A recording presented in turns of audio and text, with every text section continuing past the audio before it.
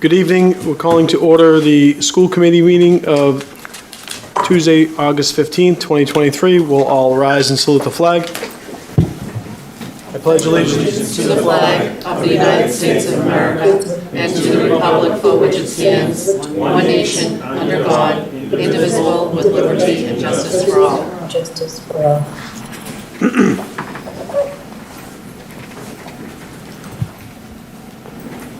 Roll call.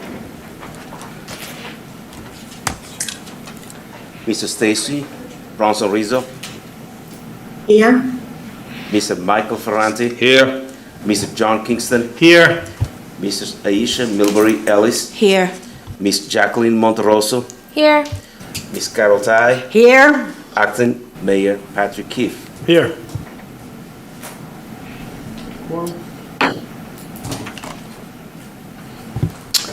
The first item is item number 2, recognition. There's no recognition this evening. And the vote on the consent calendar. Motion to approve the consent calendar. Do we have a second? Mr. Okay. Chairman. Go ahead, Mr. Chairman, because we did not vote on the warrants for last month, because we did not have a meeting, I believe it's only prudent that we vote for July and August warrants at this consent calendar for this particular meeting. Okay. I'm sorry, June and July, I'm sorry, wrong one. June, July. All in June, favor? July. Well, do we have a second on that? Second. Okay. Would you call the roll? Question. Did Yes. we received those warrants? I'm They were a in the little packet. brain dead right now. Yeah, we In did get this them. packet? No, the month before. Okay, thank you. Ms. Rizzo, just to clarify for the people listening, they weren't voted at the July meeting because the school committee had their working meeting, but they were sent to the committee members prior to that by Mr. Cruz and Ms. No, I just Mancini. couldn't remember that far back. Okay. Thank you. Do a roll call. Roll call. Mr. Stacy Bronson Rizzo, Yes? Mr. Michael Ferranti, Yes. Mr. John Kingston, Yes. Mrs. Aisha Milbury Ellis, Yes. Miss Jacqueline Monterosso, Yes. Miss Carol Ty, Yes. Acting Mayor Patrick Keefe. Yes. Yes.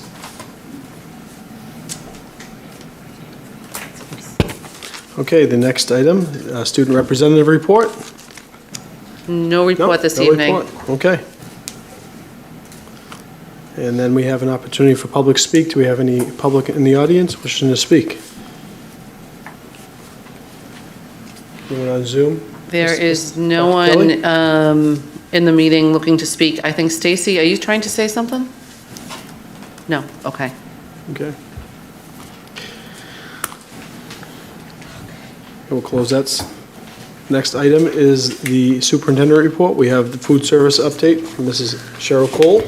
Thank you, Acting Mayor. As we all know, Cheryl Cole has been our excellent food services director for a number of years now, and each year she comes up, as she's doing tonight, and presents to the committee a little bit of information about where we are with the food services program, changes that either were implemented or are going to be implemented, and just kind of foreshadow some things that she has coming down the pike soon. So I will share my screen, and Ms. Rizzo can introduce her, Ms. Cole can introduce herself, and we can take a look at the video.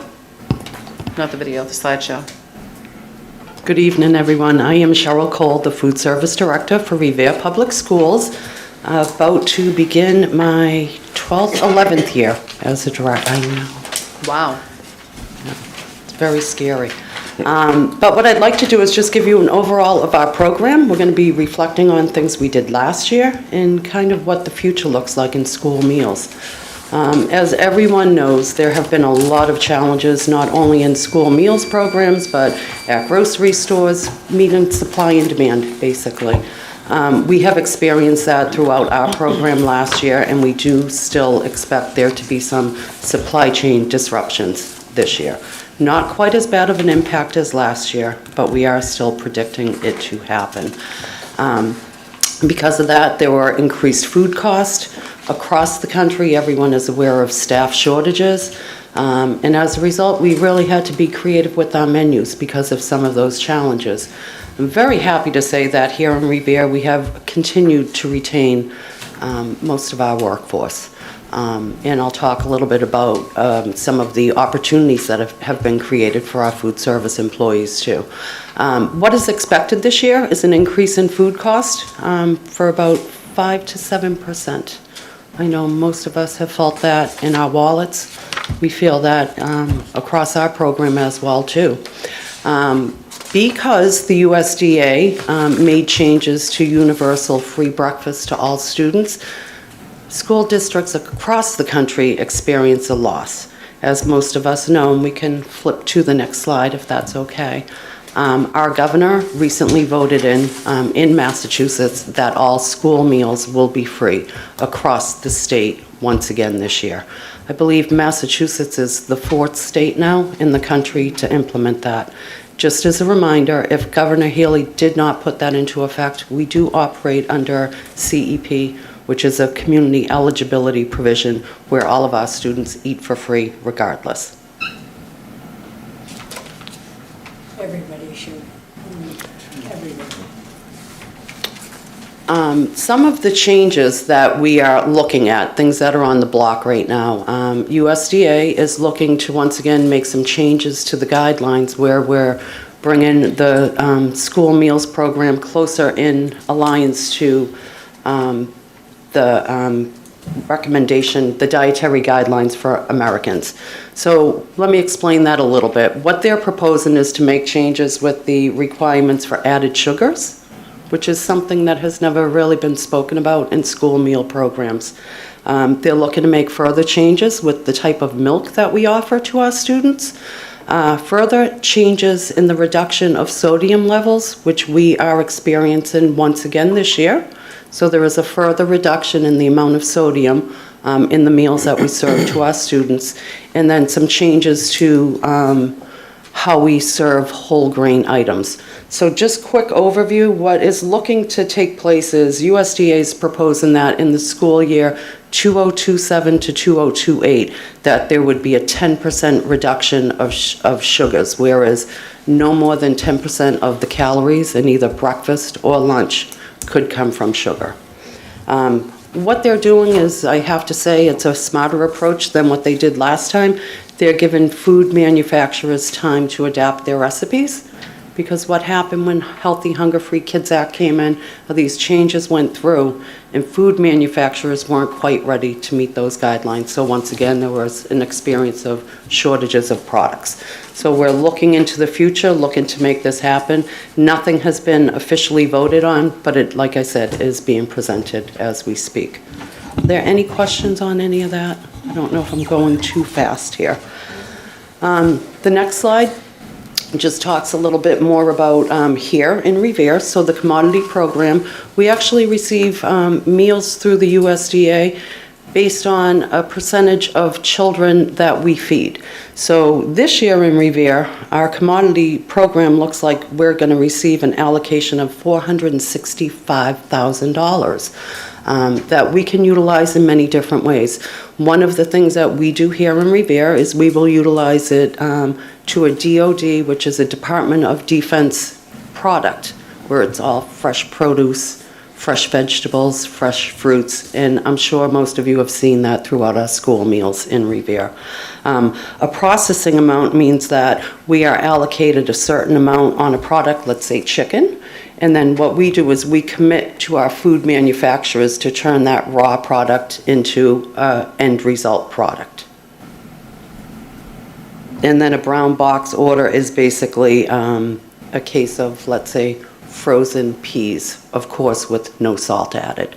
But those are the items that are available to us through the brown box program. One of the other things I want to speak about, there was a grant that came through in about March of this year.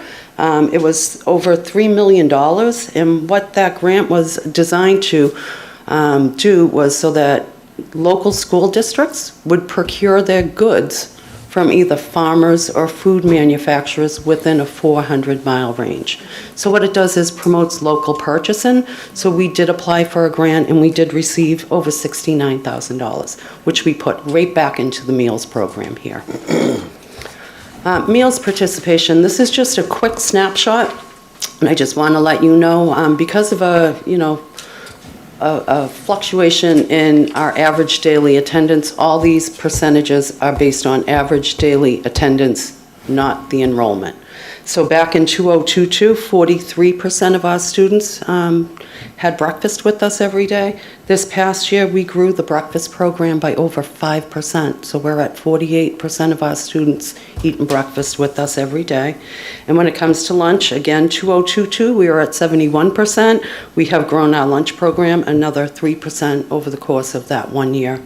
It talks about after-school snacks. That's a tough program to grow because here in Revere, it's really based on our after-school programs, and those enrollments don't really change. So it's really tough to serve more snacks to students if that number of students doesn't change. Any questions on any of that so far? Okay, so how do we do it? Well, I do have to say that Aramark has done some great stuff making my job as a food service director much easier. One of the things that they've recently developed is they call it the Culinary Alliance. And what they've done is they've taken a large number of our executive chefs throughout the United States and put together like a culinary council where they get together and they make recipes and get creative in the kitchen, because these executive chefs, they're not just chefs, they're food service directors. They're familiar with the challenges and the way that our kitchens are equipped and some of the staff challenges as well. I am very, very proud to say that Maria Davis, who hopefully for all of you, this is a familiar face, Maria joined our team here in Revere little under 3 years ago. So she has recently been appointed an official member of that Student Nutrition Culinary Alliance. And if we can flip to the next page. So what the Culinary Alliance does is they work on developing these recipes and doing these monthly promotions that we bring to our students throughout Revere. This is a quick snapshot of some of our upcoming promotions. And if we can go to the next slide, Maria, along with our team members here at Revere High School, got very creative in our kitchen, created a couple of recipes. The item on the left, that is a homemade pineapple salsa, and they developed this Aloha bowl. And I am very happy to say that this menu item is going to be released throughout the United States through our limited time offerings. And again, kudos to the team here at Revere. Yes. Everyone literally rolled up their sleeves. We had fun in the kitchen creating this. Here in Revere, we are very fortunate too. We will serve this and feature this, which we did last year with our crispy halal chicken tenders. I'm just going to jump in and say congratulations to you and Maria Thank you. and the entire team, because it's incredible that children across this country, across the United States of America, are going to be eating food that was designed and created in Revere, Massachusetts. It's Thank pretty you. impressive. Very awesome. Yeah. So I do want to warn everyone, every photo that you are about to see, they're not stock food photos. These are the meals that we feed our students in Revere. So how do we do it? Well, growing breakfast. Breakfast is a challenge. I talk about this every time I speak to the committee. Our cafeterias are designed to hold so many students. We have kids coming off of buses, and breakfast is a busy time. When COVID happened, when our students came back in the building, we put breakfast carts at different points of entry throughout the district. That is one way we really were able to grow breakfast. So we have a lot of different models. Mostly, it's those carts at the entry points is what we're seeing. Here at Revere High School, we have a, Do you want me to go back? if you could, just, here at Revere High School is one of the few locations where we have the traditional, we open up that cafeteria to our breakfast items. And that's just because of the flexibility with staffing and scheduling in the large cafeteria that we have. So if we go to the next slide, one of the things that we were able to do this past year was procure with one supplier halal chicken items. We were also able to procure halal burgers. So once a month, throughout our district, we are offering these items. What we've been really trying to do is grow not only the vegetarian options, but more diverse items for our students. I do have to say that one of the challenges that we have with this is there are really no manufacturers out there. We're very limited. So what I had done was made a stocking agreement with one supplier, and then one of our neighboring school districts heard about what we were doing, and then went ahead and ordered some halal chicken tenders, and then there was not enough for us. So I think at this point, like our supplier knows, save this many for Revere. Go ahead. Great. Was there a question? Yes, Ms. Cole, I know Jacqueline Monteroso has a question. Yes. So I think just to, the halal options are offered throughout the district, Yes, they are. and it's only once a month. It's once a month on the chicken tenders and once a month on the burger. Is there, I don't know if this would be a discussion for later about talking about expanding it, because I know we have a growing Muslim community and growing community of students who eat halal food, and a lot of family members have expressed that once a month when students eat every day can be a hardship at times. I want to speak to that. One of the things that I had expressed to you was the challenge that we have with suppliers. Truth is, there are not enough food suppliers. When we look, for example, when we look at the USDA commodity items that are offered to us, there is one item that qualifies as halal, and I believe it's black beans. If we go further at those commodity items, and I'm talking hundreds of items, there are 6 that qualify for kosher items. So when it comes to food manufacturers, they're just not up to it. Like I said, I did a stocking agreement where I said, I need so many orders once a month. Neighboring school district really loved what we were doing, placed an order, and then that supplier couldn't keep up with our demand.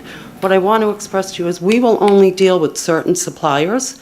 I need to be sure that any food that comes in on our loading docks has undergone strict supply chain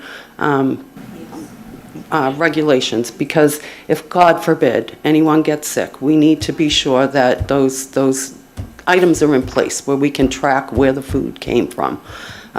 So I understand what people are saying, more than once a month. What I do want to say is there are so many other options, not only here at the high school, but at all grade levels, vegetarian options that do fall under halal guidelines as well. So it may not be halal chicken, but there are plenty of other options. And if we want to go to the next slide.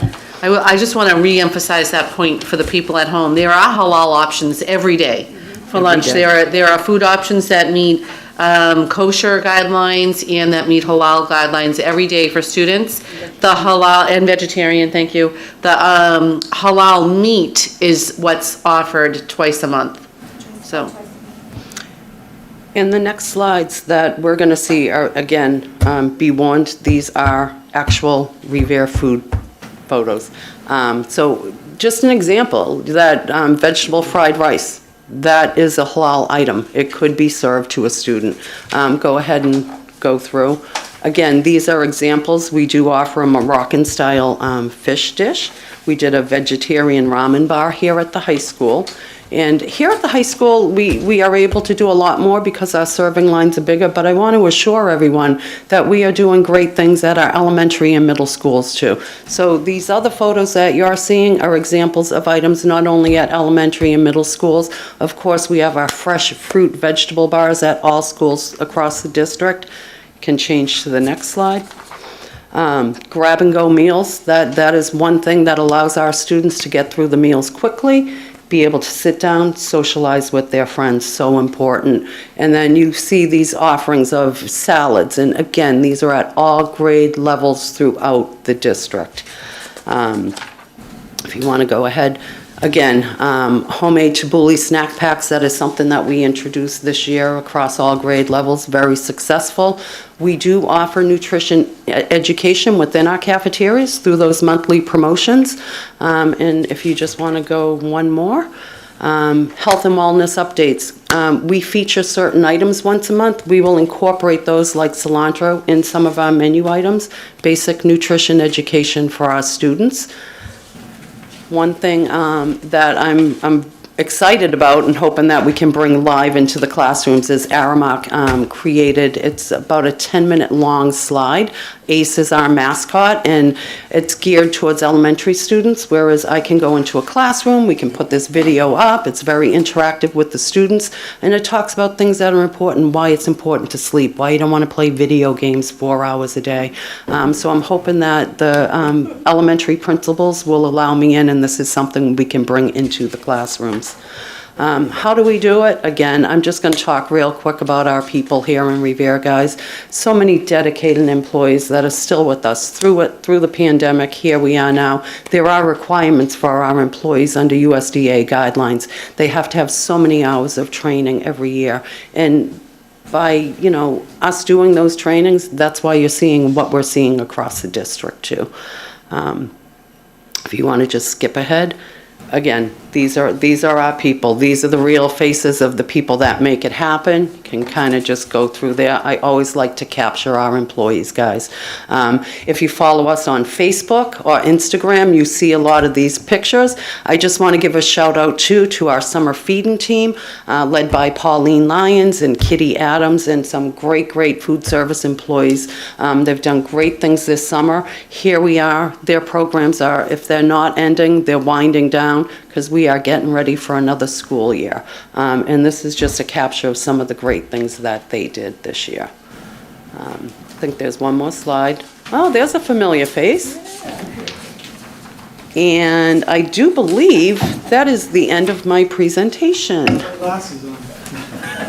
Are there any questions? Yes. Yeah, I have one. Yes, we'll start, we'll go from the right to the left. Further. Okay. Thank you. Ms.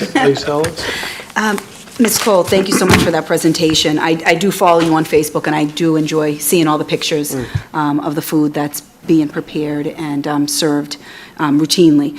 I do have a question. I know we had talked before about surveying the students, and I'm wondering if we were able to get any feedback from surveying students. I think during one of our small subcommittees we had raised this. And if so, do you have an example of like how maybe their opinions were implemented in any changes? So there was a student survey that is coming out to the high school level.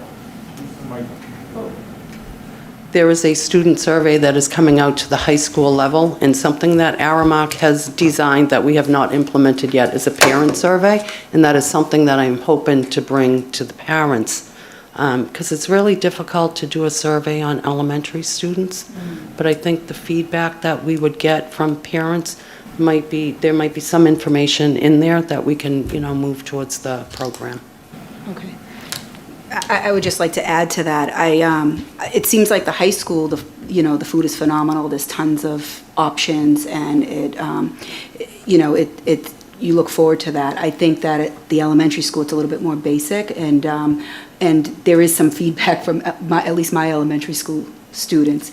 But I'm just interested. I think there would be feedback worthwhile from elementary students as well that could be taken into consideration. Thank you. I will take care of making that happen. Thank you. I'll just say maybe especially the 4th and 5th graders, Okay. Yeah. they can fill out a survey. The Yeah. little ones, Yeah. Great. Mr. Kingston? Back to the halal issue.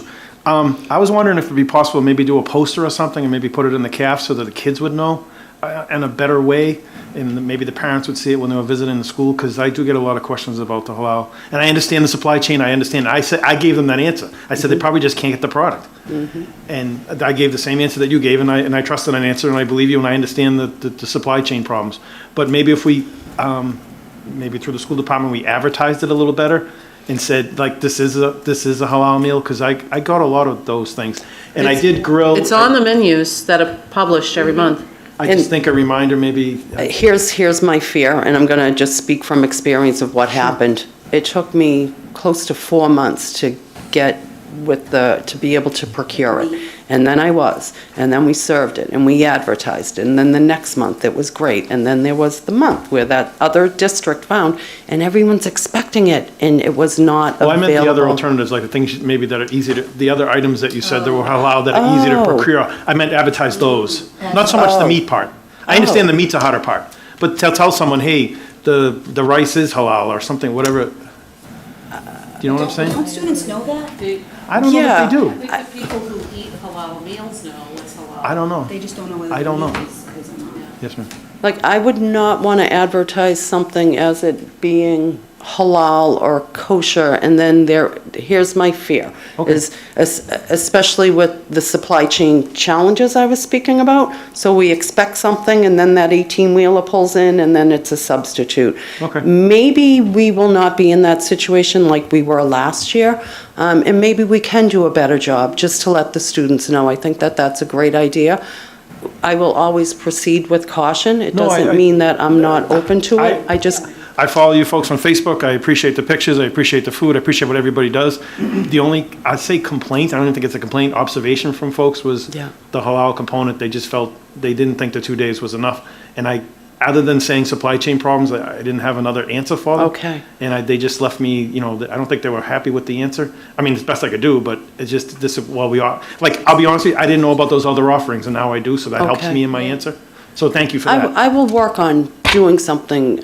No, I appreciate that. And I know it's difficult, and I'm not trying to put more work on you. I appreciate all the efforts. No, but that's just- what we're here for. No, I know, but it was the only, I don't hear complaints about the food. I don't hear complaints about serving size. I don't hear any complaints about that. All I heard was the complaint about, could we get some more, more to the community, so to speak. Thank you. Thank you. We have Mr. Monterosso, or did you, Mr. Mr. Fronte? Chairman. Then we have a few other comments, and then comment from the Cheryl, audience as well. Basically, the reimbursement rate that the state and federal government sets up, is it the same rate for breakfast, lunch, and snacks, or are they 3 different rates?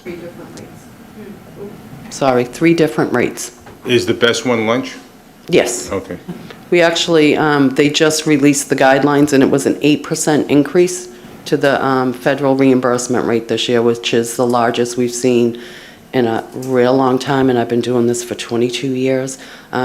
Sorry to say, though, it's a sign of the times. It's a great increase, but the food cost is right up there with that 8% increase. Does the state reimburse you also, or is it just The federal government? state gives us .0525 cents per lunch we serve. Well, that's That so rate has generous. not gone up, but we do need to realize that Governor Healy also just $1.7 million, I think, was put into the budget for the universal free meals across the state. Okay. So we're not seeing it, that nickel hasn't increased, but we're seeing other things. All right, thank you. Thank Thank you. Ms. Monterosso. I had a general question, but to build off of what Mr. Kingston was saying, I think that if there are products like vegetables or fried rice that we know are halal, it could be helpful to put it, because I know some students know what halal food is for them, but they may not know if the beans were made with pork broth or things like that. So not trying to bring in the food if it's not there, but if we could just put the labels in front of things, I think that could be another step to just make the food a little more inclusive of the different dietary needs. And then I had another question. I'm interested in what do our district policies and strategies for reduction of food waste look like? I know that's a big problem in all districts. I'm just curious. I'm going to answer this honestly. So the regulations say that every child must take a fruit or a vegetable with their meal. We are not a school district, guys, that are putting out cups of canned fruit cocktail. We're putting out strawberry, berry salads. We did pink pineapple, watermelon. Our students are, even though they're required to take their fruits and veggies, they're taking it, but they're consuming it. So you're going to see a lot of school districts, they just bring in cases of apples and oranges, and yep, the student takes it, or packets of baby carrots, right? Nice and easy, put it on the tray, it's a reimbursable meal. They end up in the rubbish. So I don't think our food waste problem is such a great thing here in Revere, because our students are eating the food that they're putting on their tray, and that's my observation. You see the food. If you make it look good and it tastes good, they're not only going to take it, they're going to consume it. Okay, great. Thank you. Ms. Ty, and we have a resident or a student. Rizzo. Oh, Ms. Rizzo, there you are. I apologize. Ms. Rizzo? Yes, I just wanted to make a comment as far as identifying what's on the menu. and I don't think it has changed, but don't we have it color-coded that, what's a kosher item, what's a halal item, what's a vegetarian option, gluten-free? Aren't those all color-coded on the menus themselves? Yes, it is. We do identify halal, we do identify kosher, we do identify vegetarian. Okay, so, I mean, it's on the menu, and I've always hoped that parents sat down with their kids during the week and go over the menu to make sure they like what is on the menu. If not, they supplement it with what they can. So I'm glad it's still identified. And I believe you always had like maybe a side panel of what's offered every day, such as like the bento boxes, deli sandwiches. Are those color-coded also? So one of the things that, like, through the presentation was that tabbouleh snack pack that was not identified on the menu. Okay. Could we do a better job? Yeah. I'm going to take this back to my office and make some improvements where we can, even if it is within the service lines. But again, Ms. Rizzo, I think what you said is great. It is on the menus, and parents sitting down with the students and just knowing what those options are, that's a great practice. But we'll do what we can. I've always appreciated the work that you put into it. I know you have met with subcommittees numerous times when you wanted input, and just like with the halal meats. There was a subcommittee meeting on that, and it worked out really well. So I do thank you for keeping the community in the back of your mind and our students. And I do have you on Facebook too, and I really have to stay off it because I really like the menu. Thank you. Pink pineapple. Can I share my screen very quickly and just show people what the menu looks like? So this is from last June. And this is the middle school menu that I happen to have opened up. And I think one of the nice features that Mrs. Rizzo just talked about is it identifies here color-coded. So anything in red, the kids can know is kosher. Anything in blue is halal. Anything green is vegetarian. And it's also got the symbols after it.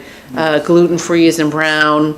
But you can see each day that there's different options. And this menu is published for each school, and then there's a separate one for the middle school, a separate one for the high schools, because their salads are a little bit different. But families get this in advance each month. And then there's more information over here about here's like the Power Pack bento box. Let me slide back over. And I think the vegan is a little bit hard to see, but the gluten-free is there. And then it says what's going to be in that bento box is the hummus, dipping cup, string cheese, baked scoops, baby carrot sticks. So that info is there for everybody. I'll stop sharing.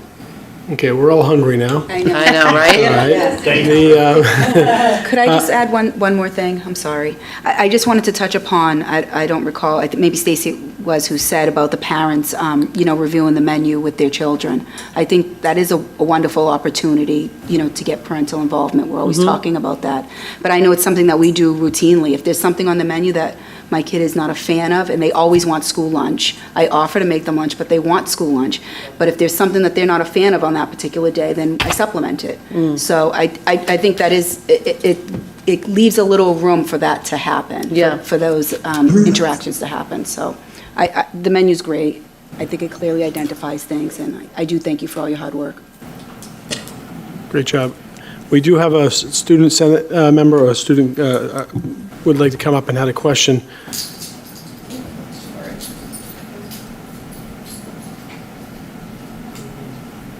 Sorry, I didn't have a question. I just wanted to shout out everything that you do, because I have noticed, especially this past year, with the addition of new fruits, everyone picks a fruit and actually eats it, because, baby carrots aren't the number one thing, but when I see pineapple or grapefruit or something, I'm going to want to pick it. And also the halal chicken bowls, that's my favorite thing on the menu over here. All my friends, we all eat it, and it's really good. But I just wanted to point out on the topic of halal and that kind of signage, I do notice students also ask cafeteria workers if something is halal, and they always know, and they always tell them. So that's also another part of it, is that they're educated on what is, qualified for certain restrictions and things like that, and they do tell them.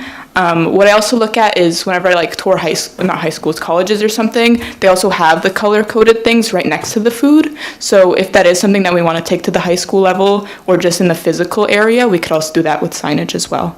But overall, great work. Thank you. Thank you. Thank you. Thank you, Ms. Cole, and I'm glad that Bertha mentioned that. We have a really great staff. You have a very good staff. You should be proud. And they are very knowledgeable about the food. They're very proud of what they serve, and they have great relationships with the students. Great relationships with the students. So, fantastic job. Thank you very much. Thank you, everyone. All right. Thanks, Cheryl. Actor Mayor Keefe, the only other item on the superintendent's report was just a brief update on the Revere High School project, which I like to give every month just to keep people informed. We are still in the process of schematic design, preferred schematic design selection. The school building committee meeting is going to meet again.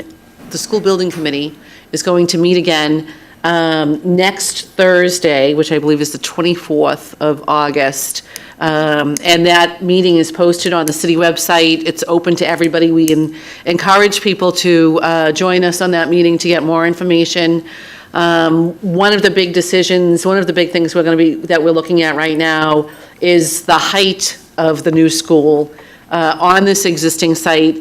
One of the things that we were debating at our last meeting was a 4-story building would be more manageable and easier for kids to navigate, but a 6-story building would give us a smaller footprint, which would give us a little bit more space around the building to have some possible green spaces and outside learning areas. Truthfully, as we've all discussed, neither one is ideal. But I think that's something that ultimately will come to the committee for them to weigh in on. After the school building committee makes their recommendation, the school committee will have to vote on preferred schematic design, and then the city council will need to vote on that as well. We're still a few months away from that, but just to put that on the radar for everybody, the options on this land are definitely limiting what we're going to be able to do in this new high school building, but progress is progress. Next Thursday, the 24th at 5:30 p.m. on Zoom, and the Zoom link is posted on the city website. Dr. Kelly, I just have one question. I know they talked about 4 and 6. Have they ever talked about maybe a 5-story building, so you sort of middle it? They have talked about a 5-story, yes. I should not dismiss that. They're also looking at having part of the building, which might house a freshman academy, to be 4 levels, and then having the main academic wing, which would be grades 10, 11, and 12, to be 5 levels, and so that those kids would be having more of the building navigation needs than the freshmen who struggle with that a little bit because they're in a brand new building and, they're just younger, so. Well, if history hasn't taught us anything with the Paul Revere School, we should keep that in mind about going up. We might want to, have that foresight, because at the rate we're growing, Yeah, we don't want to be squeezed out of this new school in no time at all. yeah, So. true.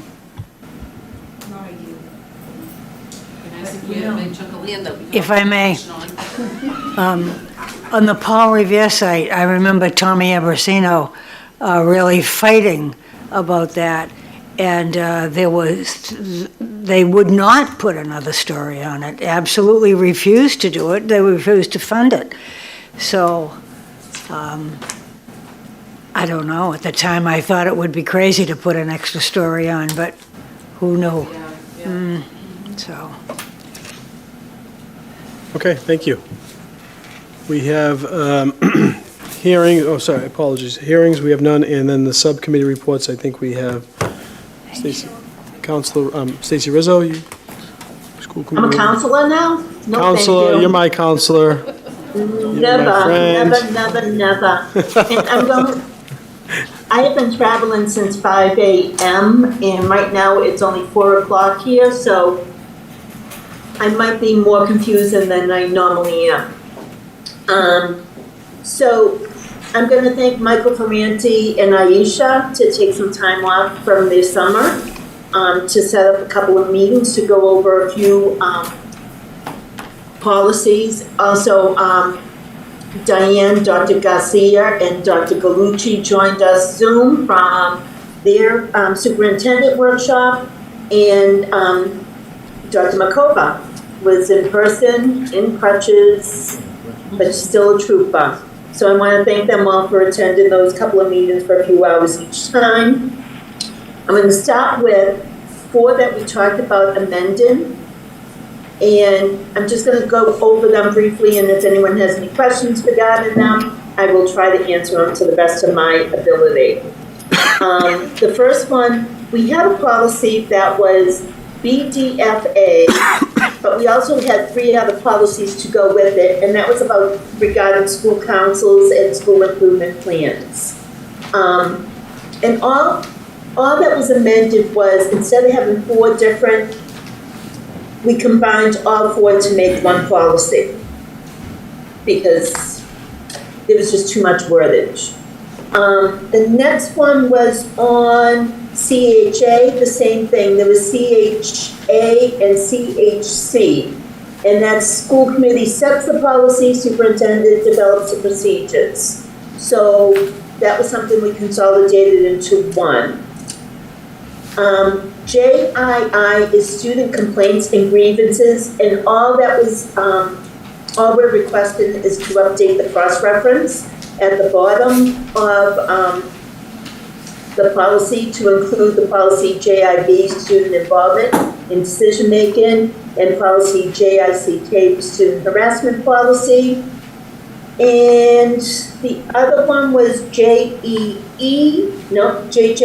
student activity account, and that was to add to the bottom.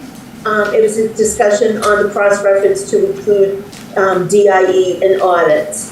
We did discuss JEE, and that was to add a paragraph in reference to fundraising and not doing it to involve competitions in the classrooms. But the more we talked about it, we felt that we were just comfortable with what we had right now. So does anyone have any questions on any of those amendments? And I will say that the policy subcommittee is recommended accepting those changes. Thank you, Ms. Rizzo. Jacqueline Monterosa? I can't see you, Stacy, so it's hard to not make eye contact with anyone. But I had 2 questions for JII, student complaints and grievances. I was wondering if we could add maybe some sort of like statement that like translation services are provided when bringing up a complaint or grievance. I know that's in our other documents. If that, I think that could help with the uniformity of documents and policies across the district. Okay, repeat the first part, Jacqueline, I'm sorry. It's adding some type of statement that translation services as needed are provided when bringing up a student complaint or grievance, just to ensure uniformity across all our policies and across the district.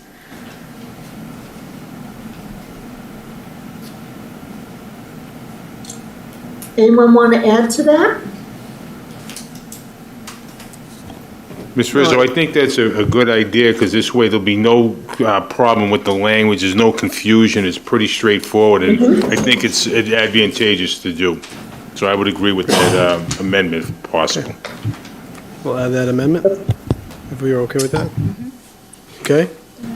And then I just had one more for JJE. I think I was reviewing the minutes from the subcommittee, and there was a mention about prohibiting teachers and coaches from sharing links for donations on social media. And I just wanted, I wasn't at that subcommittee meeting, so I just wanted to see if people could expand on that decision and if it has become permanent, just more about that. Jacqueline, I believe that's KJA, Relations with Booster Organizations. Oh, okay, then we can wait when we get to that one then. Okay. Stacy, I had a clarifying question on, sorry, is it okay if I speak? On JII also. And it's just originally I thought an email said that the only thing that was going to change was the references, the cross-references, but it is different language from the JII that's in the current Revere School Committee book. And I just wanted to clarify if that language change was also should be considered or not. I don't even have the old one in front of me, I apologize. I'm going to refer to Aisha or Michael. Do you remember us discussing it? Ms. Ellis? No, Dr. Kelly, could you just point out what differences in Sure. language you're referring to? So the existing JII on the Revere School Committee policy book, it starts with the same first paragraph. Oh, it's actually a little bit different now that I look at it. Okay. Well, I'll just read them if that's probably the easiest thing. So the JII for Revere Public Schools on the school committee website reads, the school committee recognizes that there may be conditions in the school system that are in need of improvement and that students should have some means by which their concerns may be effectively expressed, considered, and dealt with fairly. Such means, if well conceived and understood in advance, can do much to maintain harmonious relationships among the school and the students and the community. The traditional, quote, open door, unquote, policy in the public school system will be continued. Students and their parents and/or guardians who believe that the student has received unfair treatment may bring forward their grievance. Appeals of individual disciplinary cases will be required to follow the district's policy on student discipline. Any applicable provisions of the Massachusetts general law or federal law will be followed by school officials in conducting hearings and reviews of student grievances.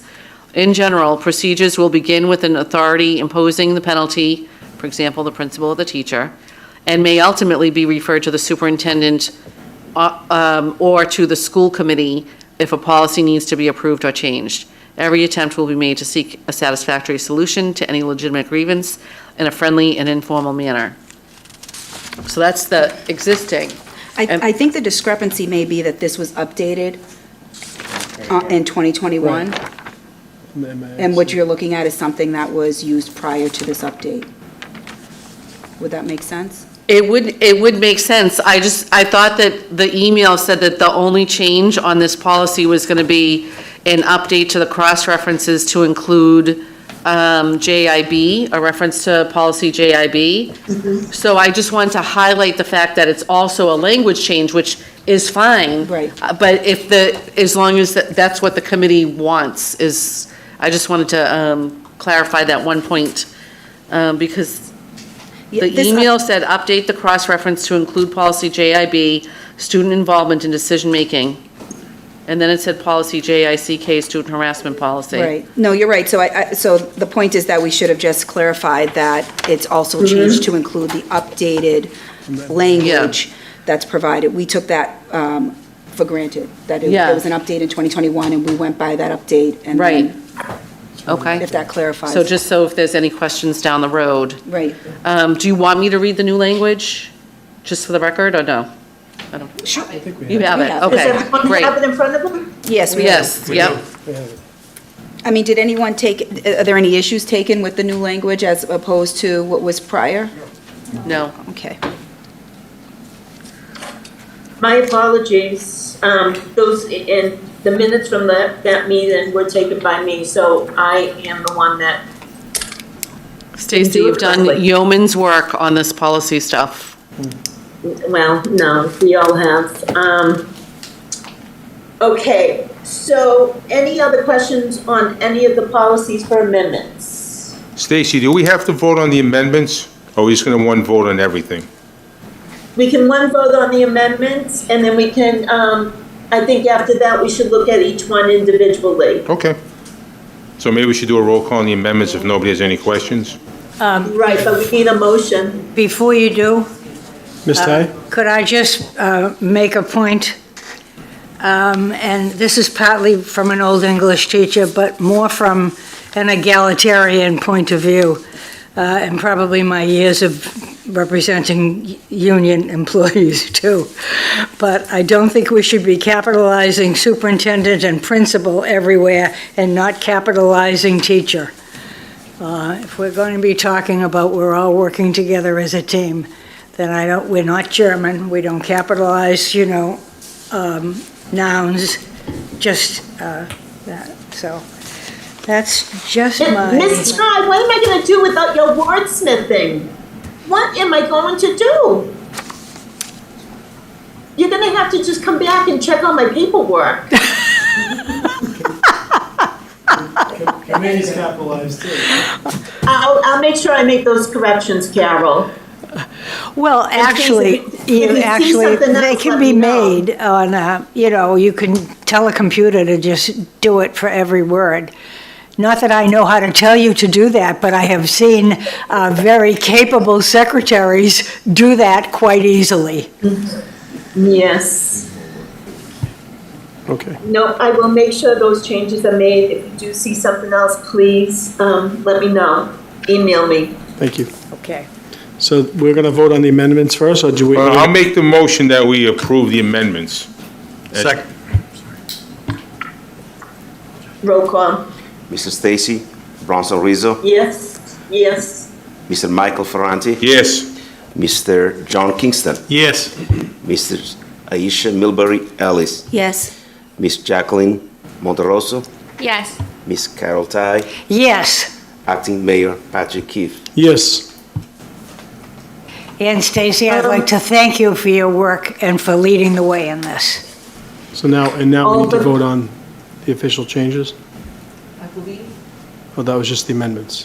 We did with that, with these changes. Okay, great. Okay, I'm only going to bring up, we did discuss an amendment to the JH, which was the attendance policy. And I'm just bringing this up for informational purposes. We were hoping to get we had a discussion on having a stricter policy and procedure. And after talking to our administration team and listening to Principal Bowen in the past, we are going to wait and see what his, how this new year of the high school is going to begin, and then we'll relook at it like the first of the year. But just to let you know, we did discuss it, but right now we want to give Mr. Principal Bowen the opportunity to get his program started. Policy JICK, harassment of students, it's a new policy. And so the policy subcommittee has made a recommendation to accept that policy. We need a motion, the first and second, and then we can have a discussion. I'll make the motion to review and adopt JICK student harassment. Second. Roll call. Discussion? Discussion. Dr. Kelly? I just have one question, and Stacy, we may have talked about this in the past. I don't know if we have or not. But have we cross-checked this with the harassment policy that's on the district, the procedures that are on the district website to make sure they're in alignment? Or do you want me to ask Attorney Dominello to do that? I believe Jamie Flynn had highlighted things that didn't, that was not consistent. Okay. Whether it be the policy with procedures or the procedures with policies. She basically highlighted a lot of things that I know we have to look at. So I need to give her a shout out along with, the whole team for the handbook, because there's a lot of changes we need to make. So as far as the JICK, I didn't see anything that she red flagged. Okay, great, thank you. So Miss roll Ellis? call? Miss Ellis had a, I just had a sorry. quick, I just have a quick question for Dr. Kelly. Do we know whether this policy has been cross-referenced with the handbook? she's, No, with the, if it's in the student handbook. Is that what you just asked? Yeah, I just asked if it's cross-referenced with the student handbook refers to the links that are on the website where people can fill out the harassment Yes, forms. yes. And the bias forms and the bullying forms. So that's what I was just asking Ms. Rizzo, and she said that there was no highlight for this one, that it was okay, right? No. So what I understood was if there was, okay, as long as this policy appears in the new handbook as a cross-reference to it. So as long as this handbook that we're going to vote on tonight cross-references and includes JICK. Right, so we don't literally print the school committee policies in the handbooks. We give people, the handbooks are meant to show people how they can get information if they need to do something. So there are links in the handbook that bring people to the forms they can fill out for bullying, harassment, bias, Title IX, Right. all of that. But when we spoke, we had asked during our subcommittee meeting that we have links to these particular Yes, policies. Exactly. right. So that's what I'm asking. And Lorenzo's saying yes, those Okay, links those are were in done. there, yeah. That's what I was asking. Thank Okay, you. all right. Thank you so much. There's some that we were gonna have the Sorry. appendix still, Confusion. so this Okay. was one of them. thank you. I'm sorry. No, don't be sorry. That's all right. Maybe we need a roll call first. Okay. Roll call. Mrs. Stacy Bronson Rizzo, Yes, Mr. Michael Ferranti, Yes. Mr. John Kingston, Yes. Mrs. Aisha Milbury Ellis, Yes. Miss Jacqueline Monterosso, Yes. Miss Carol Ty, Yes. Acting Mayor Patrick Keefe. Yes. okay, next policy would be KJA, and that's Relations for Booster and Association. I'm going to thank Dr. Galucci for bringing this along with our council to the forefront. It talks about, the one we have right now is very vague, and this proposed policy came with the council's recommendation.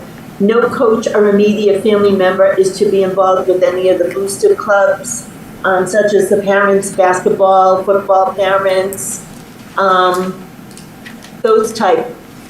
And no professional staff or immediate family member shall be involved in fundraising. It's not so much the crowdfunding, such as Donors Choose or any of those.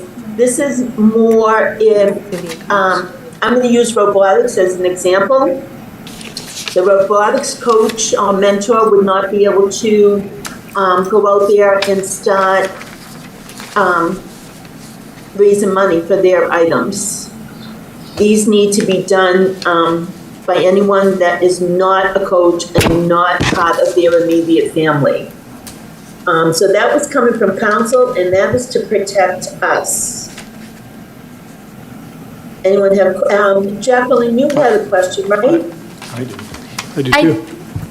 I did. I just wanted to learn more about the discussion that led to that. I know it's really hard for a lot of our teams to have full funding. I know our robotics teachers out of pocket paid for a lot of students to go to the competition. So I just want to learn more why we're restricting them from helping fundraise. Yeah, I mean, that came from legal counsel. I know, I mean, I look at our basketball, I mean, there's so many families that their Intertwined. students participate in after school, whether it's sports or activities, and parents don't participate, so the coaches try to step up and raise that money. Unfortunately, we're gonna have to be a little more creative, or they're gonna have to be more creative, finding ways to raise money. What? Oh. Okay. Well, I'll let you speak and then I'll speak. Okay. So on a follow-up on that, if we're making that change, is that in like teachers' contracts that they can know, because this is on their like own social media on their own time, so is it in the contract that they now have to agree that they cannot post this on their own, It's coaches, and also teachers? if they're if they're Like- fundraising, but they could share other people's.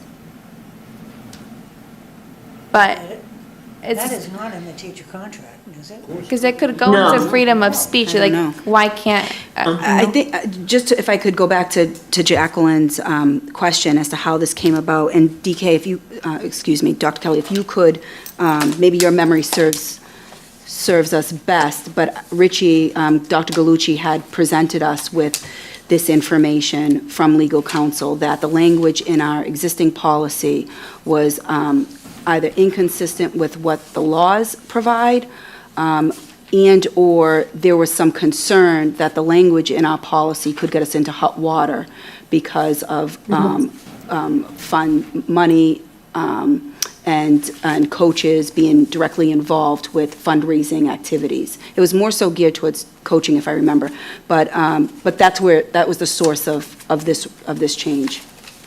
That is the source of the change. It came from legal counsel, and it was an outgrowth of the Title IX investigation that was conducted on the athletic department at Revere High School from last year. That's where it came to light. I will say that I'm confused now because I'm looking at JJE, and I think in my head before, that's what I thought we were talking about, but KJA is a different, Hold on. I don't have a I don't have copy of. JJE, I have JJE. No, it's And this- KJA that Ms. Stacy is referring to. On the, I don't have it. I was just looking for it online. I think I, No, the KJA, Relation to Booster Associations, that was the discussion we had with fundraising activities. right. So And- that's and- different than JJE, right? That fundraising activities is JJE. However, what we're looking at, Ms. Rizzo, is a draft, and it still includes, although it's highlighted, the portion that we wanted to remove. Right here, JJE. JJE. Oh, okay, I got this. I don't have It says draft student fundraising I activities. have that one, but that's JJE. Yeah, I don't have. That's not, That was a student fundraising, the student, like the classroom when the PTAs do it, and then the PTAs do the competition between whoever sells the most gets a pizza party. okay. So is there a proposal to change JJE?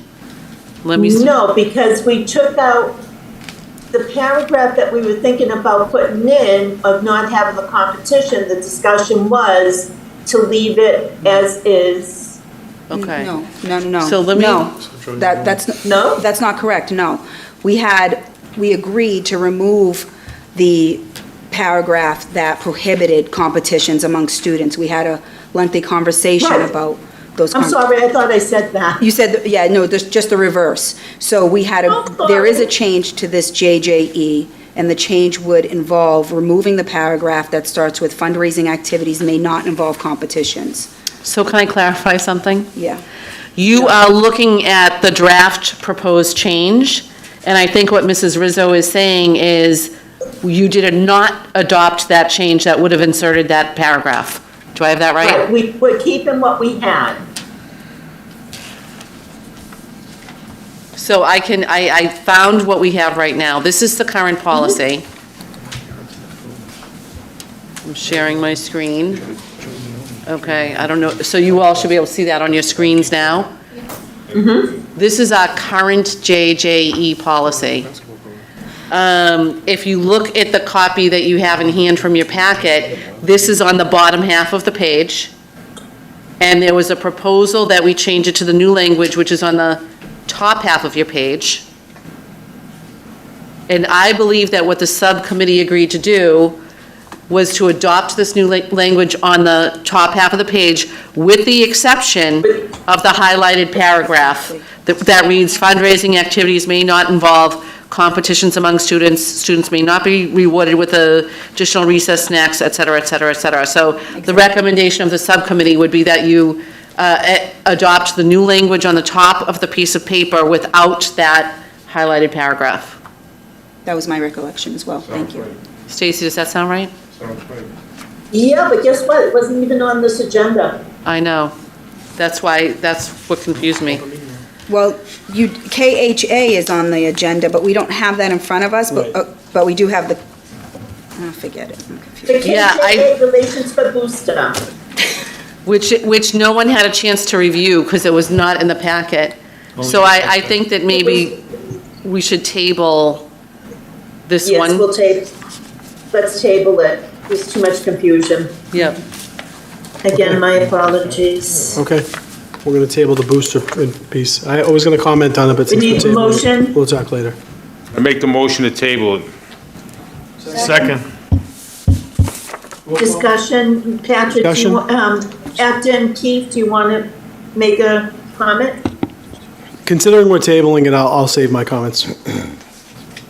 But ultimately, okay, I'll say it because everyone's looking at me. You know, I'll just use a reference. I went to one of these car washes for the students. I'm not gonna use the program, but the only volunteers at the car wash were the two teachers that were that run the organization. So taking away the few volunteers they get is going to it's going to limit fundraising for a lot of these clubs and sports that don't have enough parental involvement. So I think it's a very, I get the legal side. I just think that the comparison with boosters, you're talking about these high-level programs that have a lot of ripe opportunities for fraudulent activity. I don't think we're seeing that at Revere High School, and I don't think we're going to see it in a district. But and I understand that we're always going to have responsibilities, but I would be against it in its form currently. But we'll talk about it later. Thank you, Ms. Aisha. Okay, thank you. Ellis. Sure, I mean, I would just like to say that during the subcommittee meeting, those sentiments were echoed by the committee that was discussing this. And, you know, we recognize particular individuals who are the sole source of any type of fundraising, and without them, we can't imagine how these funds are going to get raised. This decision is not in our hands unless we want to go against the advice of legal counsel. So that, I mean, I felt as though, based on what was presented, that our hands were tied as far as we have to be in compliance. So I do agree with you. I just feel that we don't have much of a choice in this instance. You sound like an attorney. But I think that there are opportunities that we do have opportunities to not always go with the advice of an attorney, and sometimes we will and sometimes we won't. It'll be up to the entire group, I'm sure. Ms. Monterosso. Also, we need to be innovative on how we can help them out and maybe attract more people to help out. When this policy is shared with us, could I also request that we get the opinion from legal and the law that Ms. Mulberry-Ellis was referring to, just so that it all makes sense in my head? I'd appreciate it. No problem.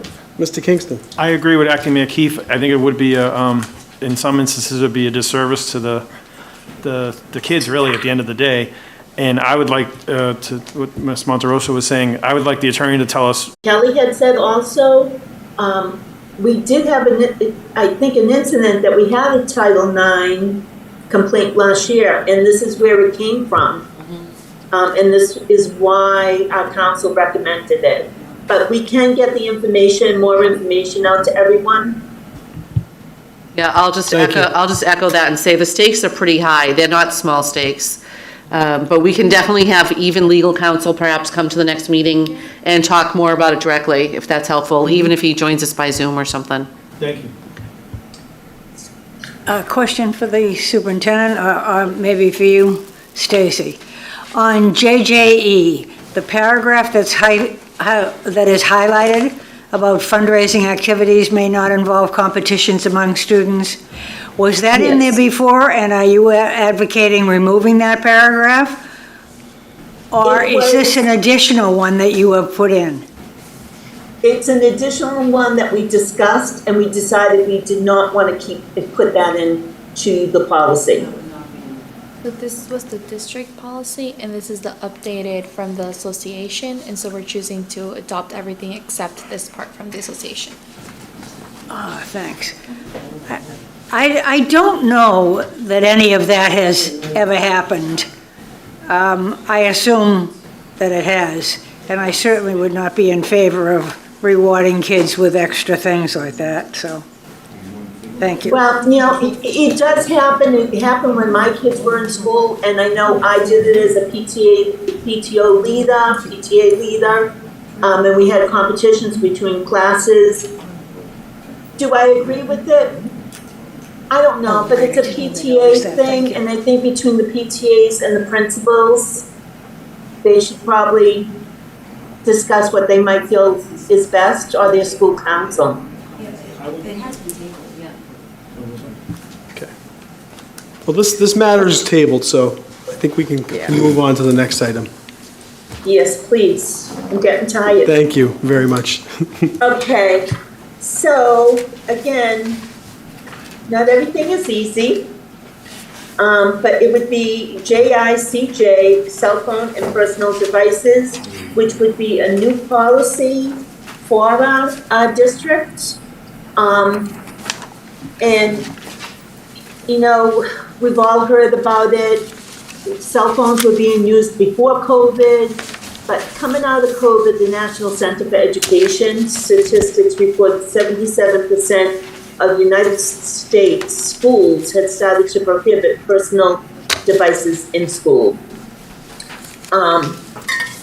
And a lot of that had to do because of what they were seeing as far as education disruptions, bullying and harassment, mental health issues alone. And in this state, we've already had like Springfield, Chicopee, they've gone the route of the Yonda, which is a magnetic envelope. It's costly, but you know what? Some of them see it working for them, and it works for them. We are looking at just updating to have a strong cell phone, no cell phone in the classroom, in your pocket, keep it on your pocket, it has to be off, and no earbuds. And we were just hoping, with all the troubles that they have caused, to, what's the word I want? We just want to bring, there are academic issues that we are never going to be able to fix if our students keep continuing to sit on the cell phones. And it's not fair to the educators that are trying to teach them. It's not fair to the other students that go by rules.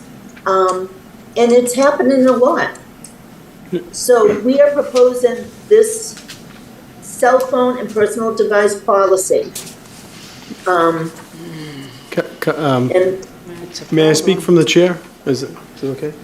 well, let everyone else go first. Of course I'll go last. You want me to go? Yes, thank you.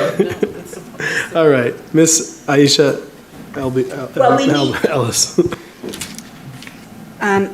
So this policy in particular was discussed over 2 meetings and several hours.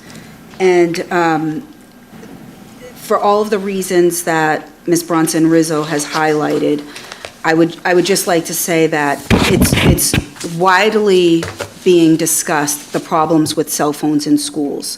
And the policy has always been that cell phones are not allowed to be used during the school day. They should be in the backpacks and put away. Yet, we're finding that that policy is not being enforced at all, and we are left with what we're dealing with today. So we feel as though the language here needs to be stronger in the sense that we're taking away the discretion that was previously allowed in the prior policy of allowing cell phone usage to be left at the discretion of the teacher, because it's that slippery slope that we have ventured down into in finding, where we are right now with this problem. So my opinion is that the risk far outweigh the benefit of having access to your cell phone or using your cell phone during the day. I think the compromise in having it on your person, in your bag, serves to help those individuals who have expressed that they feel safer having their cell phones on their person at all times. But at the end of the day, this is a school, and they're here to be educated, and these cell phones have caused more problems than they presented any benefit. So I think this policy is a good compromise. We hope that it is enforced. We want to see real progress in this regard. It's hard work, but it needs to be done. What the students are dealing with now, Stacy touched upon their mental health. I mean, the videos of the fights, the kids are on their cell phones, not paying attention in class. It's a disruption. It's unfair to the kids who are trying to pay attention. I just feel as though this is something that needs to be taken seriously, and we just need to enforce this privilege that's provided to the students. Thank you. And can I just add, through our subcommittee meeting, along with the administration, we did discuss about coming up, trying to put together some kind of parent workshop that we can include some speakers. I know the DA department, DA office has some speakers that will come out. There's someone that comes out and talks about the mental healthness for our students. She's a doctor out in Bridgewater. She is known by going to all these schools and discussing it and giving the parents more information so that they can be a team with us. And I think once they get facts and data, and those that might not see a problem will kind of jump on board. So hopefully we can put together some kind of workshop for the parents sooner rather than later, and move forward with it. And we had talked about just using all the Yonda magnetic envelopes to put them in. But discussing this with Dr. Kelly the other day, she brought up a district that had like a first, second, and third offense. And the third offense was using the Yonda magnetic pouch. And to me, maybe the procedure could be something like that, which shows other students there is repercussions for not following the rules. And it's not as costly. And let's remember also, the commissioner doesn't want to be the one to make this noise and do it themselves, but he did offer money to districts that wanted to come up with some kind of policy of no cell phones. So we are getting the back end of DESE. They just don't want to be the bad person, I don't think. Anyone else? Ms. Kelly? So this is a tough one, and I have had extensive conversation with Mrs. Rizzo, especially about this, but also at the subcommittee meetings with Ms. Milbury Ellis and Mr. Franti. And there are a few things that I want to raise. The first is that this is a very, very restrictive cell phone policy. There's no other district in the Commonwealth that currently has this policy in place. So Revere would be the first district to have such a policy. It doesn't originate from MASC. So it's not something that's been endorsed by MASC or been vetted by their legal counsel, which everything that MASC does endorse is vetted by their legal counsel. I worry that we are setting teachers, administrators, students up for a struggle around cell phones.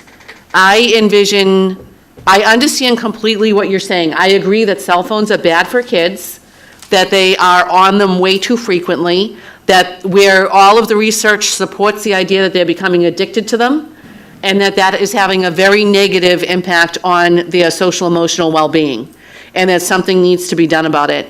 But I feel like we need to include parents and high school students in this conversation and work together as a community to think about what kind of policy and procedures and practices would align well with something that we can all buy into. One of the things that I've talked about is that parents have an option where when a child is on their cell phone policy plan, whatever you want to call it, they can shut that phone off from 7:30 in the morning until 2:20 in the afternoon. I would love to talk to parents about doing some kind of a commitment to the schools where they agree that they're going to shut their child's phone off from 7:30 a.m. till 2:20 in the afternoon, and then they can turn it back on, or, God forbid, there's a problem. God forbid something terrible happens. They would be able to turn that child's phone on and let the parents have some control and some say, and help the students have some control and some say in how all of this goes. I'm looking at this draft policy here that bans the use of headphones or earbuds. And I've talked to Mrs. Rizzo about the academic benefit that some kids have, particularly in art classes or when they're in a study hall where listening to music can actually decrease their anxiety and stress, and can often be a benefit to them. And I think that teachers should have the discretion to determine whether or not the kids are engaged in the kind of activity where listening to those AirPods would negatively impact their academic learning or not. I think the teachers have the wherewithal to do that. I recognize that it becomes problematic, especially for some teachers, when there's not a blanket policy that says yes or no. But we do not live in a yes or no world. We live in a real world where at real time, at any moment, kids can be going through different things, adults can be going through different things, and they have different reasons why they may or may not need to have a cell phone on. I also think of teachers, I know this happens all the time, who if a student doesn't have their Chromebook, says, take out your phone, do the research, do the work. Because that's what these devices are, and it's part of life. And I don't know that simply banning cell phones is going to help kids learn how to navigate life with cell phones. I think that we need to think bigger about that.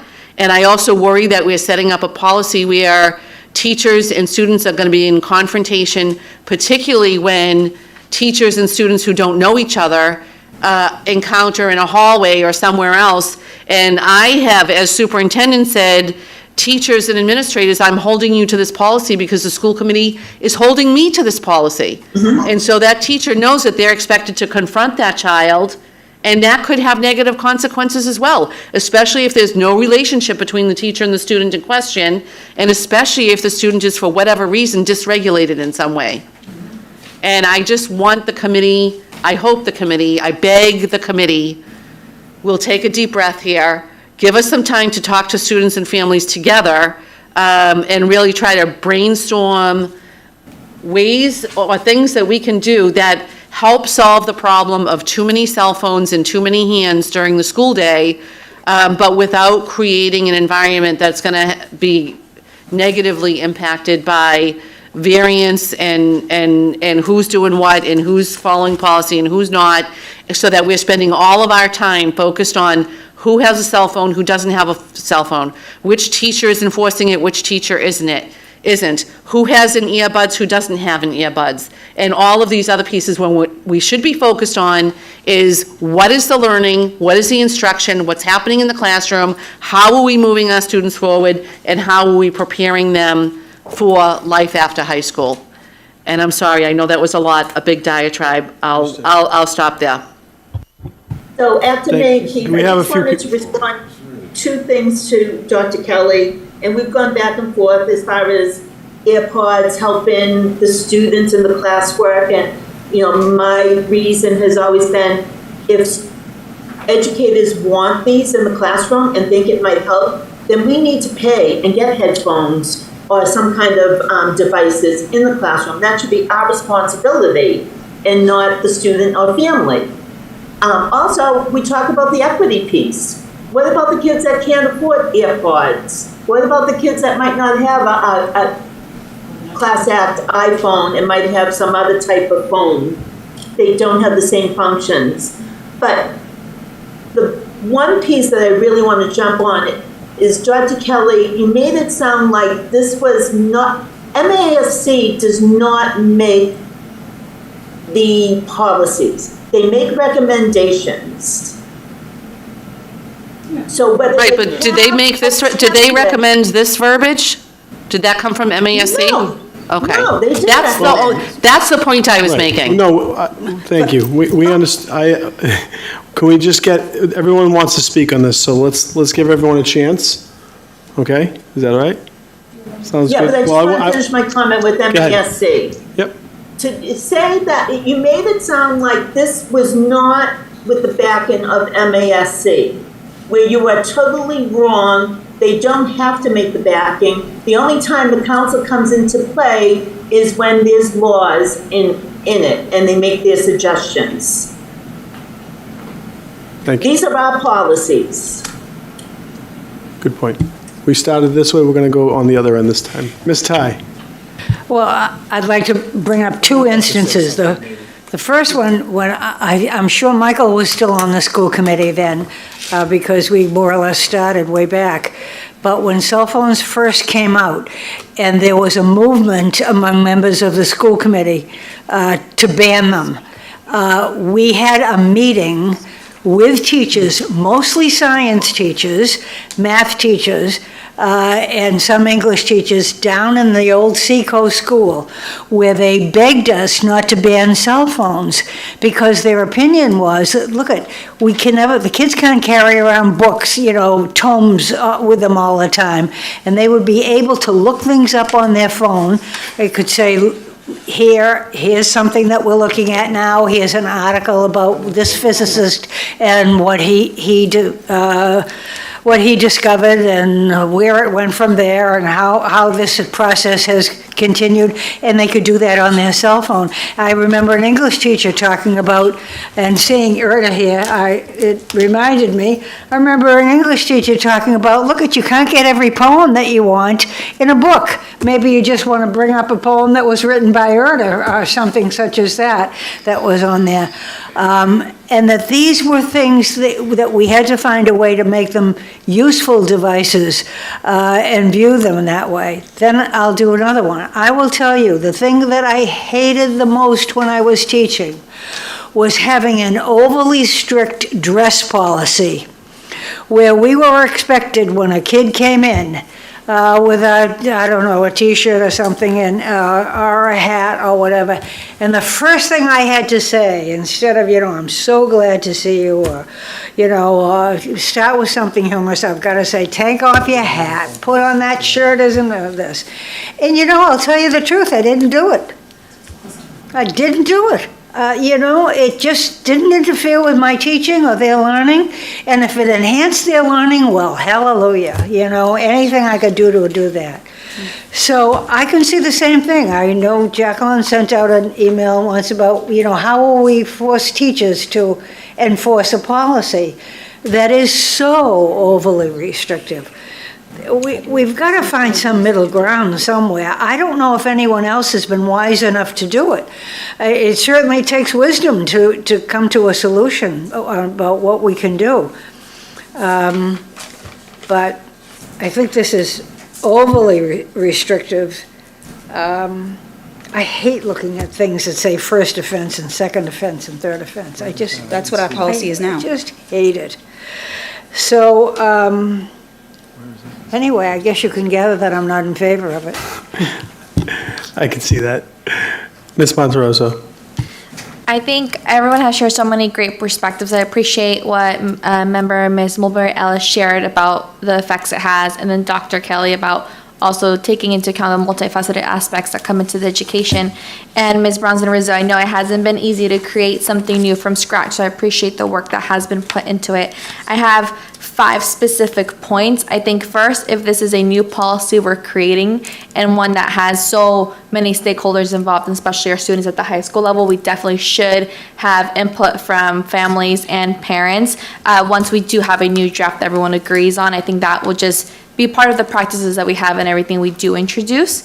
And I think there could be ways that we could make it less restrictive. It is true that many teachers do allow, and so in order to make sure the implementation is happening, but teachers still have that autonomy in the classroom, we could just add an exception of like teacher discretion for use of headphones or cell phone for educational purposes, or how it pertains to the lesson or the lesson plans at the moment. I think that could help with the feeling of restrictive language.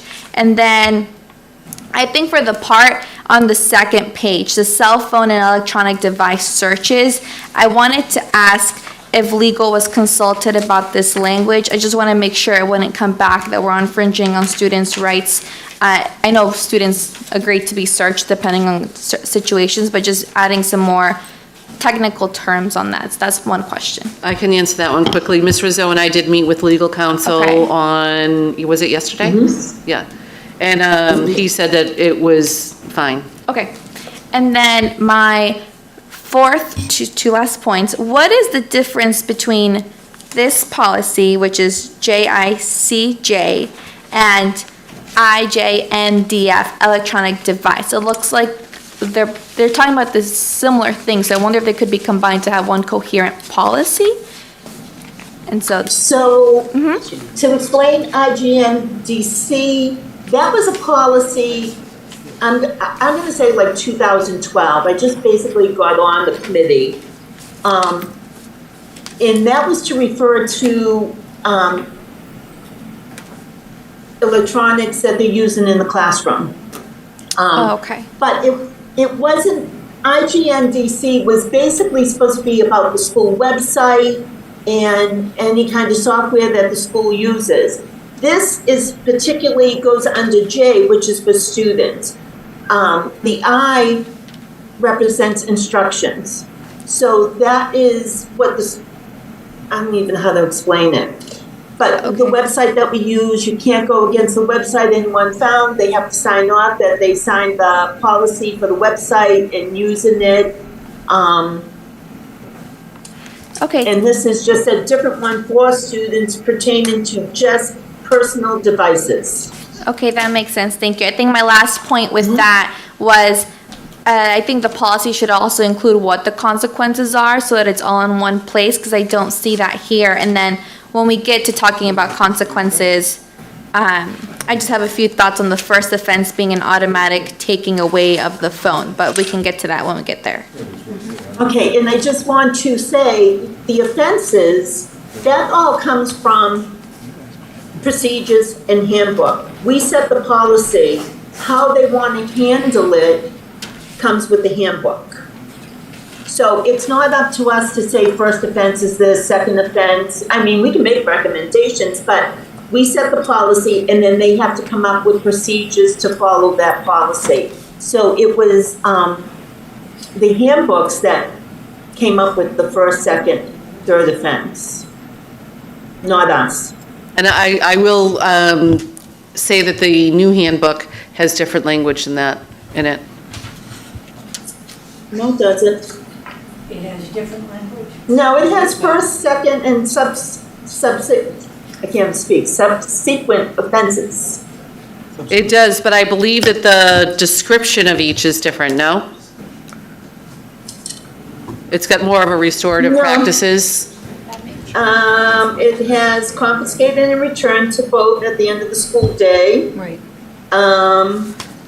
And then second offense, confiscated and returned to the parent, legal guardian. And then the subsequent is electronic devices confiscated and returned to parent, legal guardian at the school day. Consequences may include additional detentions, in-house suspensions. Gotcha. So those are all the same. Thank you. Miss Aisha Milbury Ellis. Sure. To Dr. Kelly's point, there's a few points I just want to make. She had mentioned that Revere is the first school that, I don't know if you said in the district or the state or the country. Either way, there's nothing wrong with being a trailblazer. when you see a problem and you're making attempts to combat that problem, regardless of how difficult it may be, regardless of whether or not you're going to be met with adversity by a handful of parents who maybe want their kids to be able to use their phones. I mean, these are tough decisions, but clearly something has to be done about it. As far as it not being vetted by MASC, it was vetted by legal counsel. It was not vetted by legal counsel, this policy, the cell phone policy? Right, did you have legal counsel on it? You had legal counsel with Stacy, you did not? Stacy and I spoke to legal counsel about this particular piece around searches and what our capabilities were to do in that. He actually identified discrepancies between this and the handbook that he said would need to be rectified. He did say that there were a few consistencies that weren't. And so if we were to put this policy in place, I would expect that their procedures would have to update and go along with the guidelines of our policies. But did he find any issues with the policy aside from the discrepancies between the policy and the handbook? No, just the discrepancies. To my next point, the academic... Well, can I just comment back on that? He did say it was the most restrictive policy he'd ever seen. Yeah, that's I okay. never heard those words. Never heard them. And how can be... Again, I just want to reiterate the academic benefit of the art classes. If that's the case and you want to have art students listening to music, the teacher can always put on a radio. We can purchase devices for them to use for that particular purpose, but I think the harm far outweighs that benefit. And as far as the teacher discretion, that's been the case. There's been discretion this whole time. You've admitted the problem is that it's not enforced. So, I mean, to implement this process,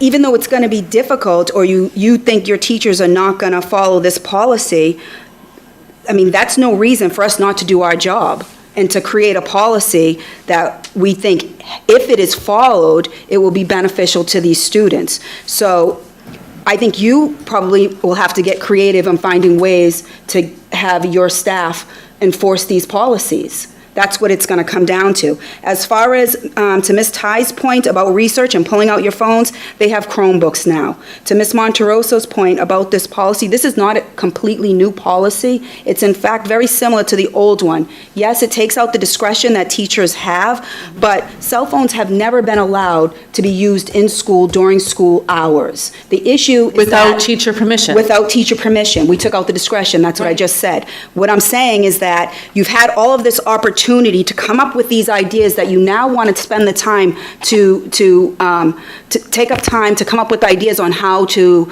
come up with something that works for everyone, but you've had all of this opportunity, and it's landed us in the position that we're in now, with the abuse of cell phones in school. We're seeing it. What opportunity have I had? This came up when? July? We've brought it up, but you've had the opportunity on your own to recognize problems that are happening within the schools and to rectify them. Yeah, We're right. bringing it to your attention now. I'm done. Thank you. Anyone else? Ms. Rizzo? Do you have anything I comment? lost my train of thought, Okay. I'm sorry. Anyone, Mr. Kingston? A question for Mr. Rizzo, if that's permissible. What does Springfield do? Do you know? Yes, Springfield started with one school that used the Yonder magnetic pouches so that every student walking into their school had to put it in the magnetic pouch. It gets locked up, it gets locked so they can't open it. And then at the end of the day, it gets unlocked. It's something like, if you go into a store and they have those things on the clothing, the magnetic, and they have to use a machine to take the thing off. Mm-hmm. Is it working Does for that them? make sense? Is it working for So them? it worked, they said it worked really well, so they brought it into 2 other high schools. And then Chicopee did the same thing. Now, it's a lot of work. I mean, they must have started this prior. That's restricted. But, Springfield's and got to be a again, big school. Springfield's a I huge understand- community. pardon me? Dr. Kelly said the small schools, Springfield can't be a small school. Springfield's a huge city. Springfield has a ton of high schools, about 35. They have 8 high schools, and this one has, I forget, I can give you the numbers. They had sent me all the information on it and what they use for it, parent letters, everything like that. But I would like to just see something, even if we didn't have to go that distance, even if the procedures wanted to be the first, second, and third offense as they're putting out there, as long as we just stick to a policy and follow through. I mean, and, you know, whether teachers let kids use them or not, that's being disrespectful to the policies. Whether kids listen to the teachers, that's being disrespectful to the teachers. So what are we really teaching them? To be disrespectful, do what you want when you want? Kids are walking down the hallway with AirPods. How do you call them, or even, what if an emergency happened? They're walking down the hallway with AirPods and there's a fire, but they're still walking because they can't hear you. There's just so many other things. Ms. Rizzo, thank you. There's a lot to talk about, we can tell. Yeah, absolutely. Miss, Wait, can I speak? yep, sure, and then we'll go back around. Mr. Ferrante? I've heard so much tonight, I'm not certain what we're going to do. The one thing I do is we have a basis of a policy. And a policy is only as good as an enforcement. And it starts at the top and works its way down. There are a lot of points that I agree with, okay? That we do need to have meetings with people, but we have to start somewhere. Now, no matter what we do, we're not going to please 100% of the people. We have to please the majority of the people. The parents have an opportunity to show up to this meeting and have their say. Okay, here's what we're starting with. You can amend anything, you can adjust anything. But we need a basis to start. And look, is everything in there that I think is perfect? No, but I think a majority of it is. We need to get this under control. And if we don't, it's just going to get worse and worse. But I think we need to set up a meeting with the parents as soon as we can, bring them in there. Okay, we're going to have a meeting here. We need your people, and this is what we're going to talk about. And let them decide. So maybe they can bring up something that we're not seeing. So, I mean, we want to listen to everybody's point of view. I mean, just because we put out something there, the subcommittee, and people don't agree with it, that's fine. That's fine. But we have to start somewhere, and I think it's a good place to start, and let's go from there. We can always amend anything. It's not a permanent fixture. And I think that's the way we have to go at it. Thank you. Thank you, Mr. Ferrante. Ms. Monterosso? I just wanted to give more information on the Yonder pouches for the question Mr. Kingston brought. So I work with a lot of schools that have implemented them, and some drawbacks outside of the monetary is that it creates a huge delay for the start of school sometimes, because students have to physically line up to come by one person at the front and put the phone in and have it locked. And if the tech is down, then that creates a whole other issue. And then sometimes, again, teachers are, if students figure out how to take it out of the pouch, some teachers don't follow up on that. So I just wanted to give more context on the Yonder pouches. But I agree with the points that Mr. Ferrante just brought. I would like us to start with that. Maybe we can agree on if we want to amend this so we can present something to people, or we can just start with this if that will help us get people here faster so we can move forward and have something in place as soon as we can. Yeah. Can I ask Ms. Monterosso what school she talked to so I can get more information? So I can give that to you offline. It's mostly schools, it's schools all across the state. So I can follow up with you. Oh, because I only know Springfield and Chicopee for now. Okay, yeah, there's definitely a few schools in the greater Boston area that use them, and some have kept it and some have discontinued it, so I can share that later. Thank you. For future reference. Thank you. Is it okay if I speak from the chair? Yes. Thank you. I just wanted to put my comment in, and, very much, I'm typically very much in line with, Dr. Kelly and Carol Tad. We have a lot of very similar views, and I do understand and agree with a lot of where you're coming from. I don't think anyone here is in full agreement on this policy, so I imagine this might be further discussed.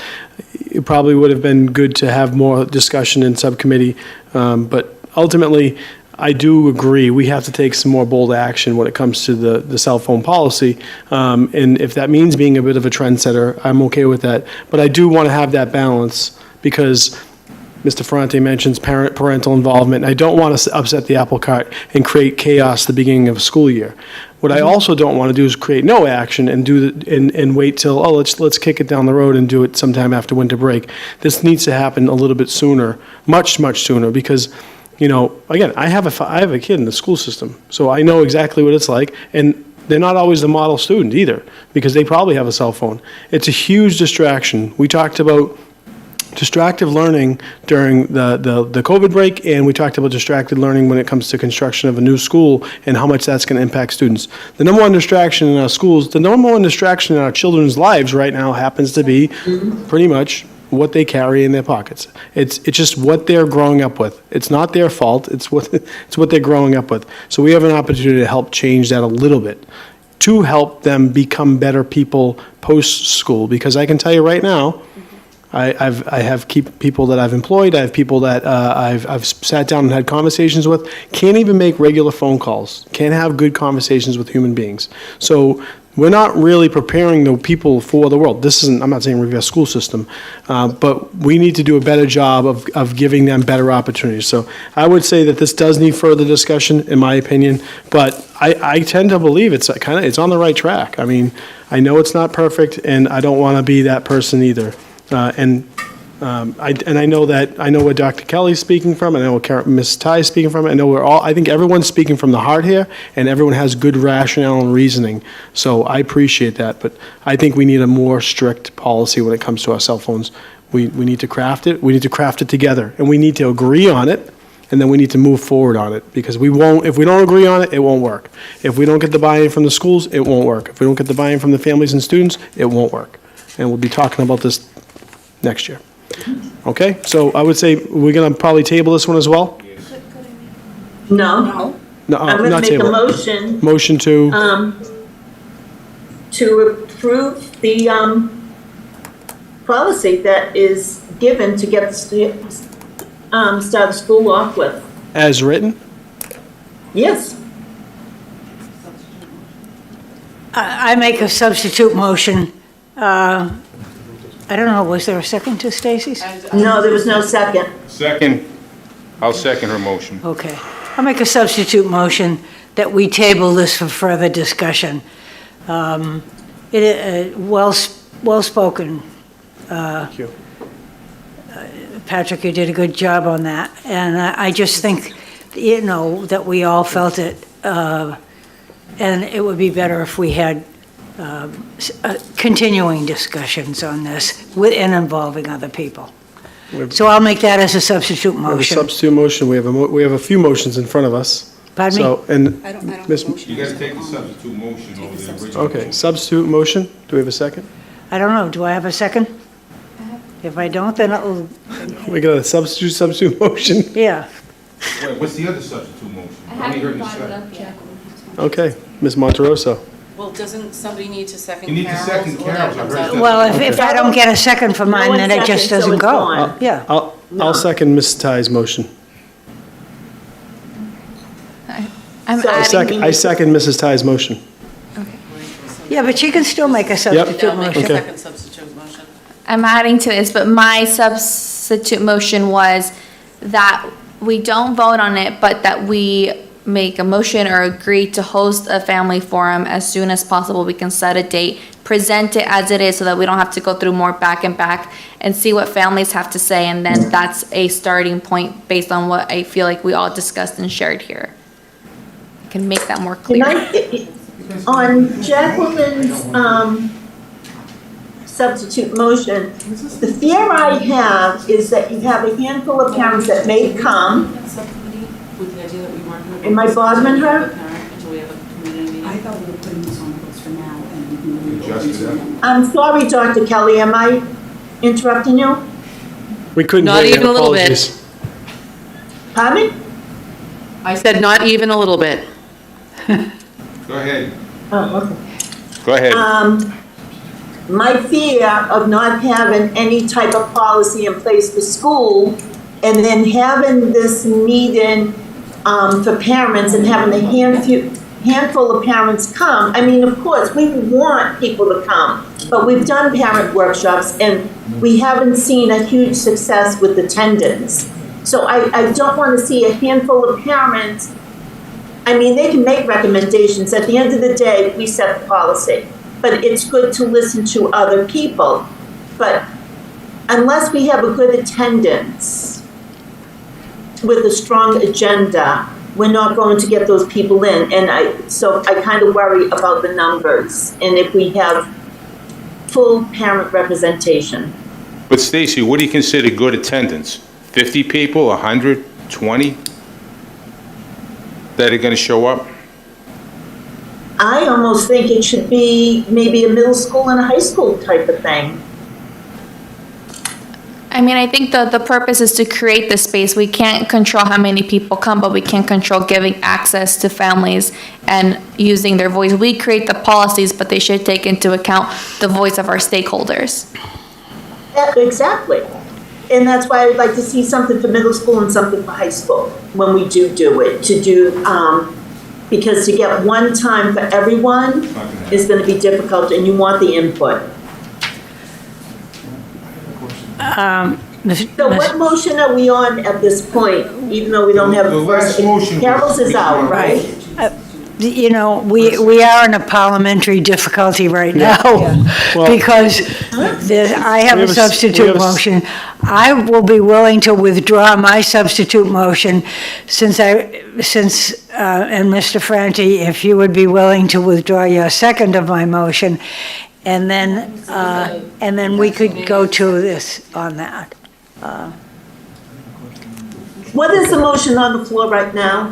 The second substitute motion. Read your motion. What is it? Here it comes right now. My substitute motion is to hold on the approval of the policy as is and schedule a family and student stakeholder meeting no later than mid-September to gather input and then bring it back to the committee's discussion.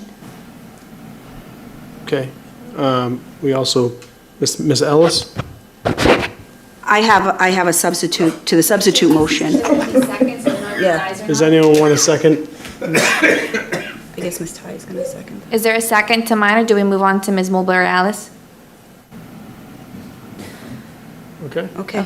So my motion is that we vote tonight on the policy presented by the subcommittee with the understanding that we are going to host a family and student forum to get feedback from students and parents and families, and to take into consideration their input. And this is a living, breathing document. Policies can be changed, can be amended and updated, with the understanding that if there's some significant input or ideas that we didn't think of, that we would be willing to revisit this and amend at a later date.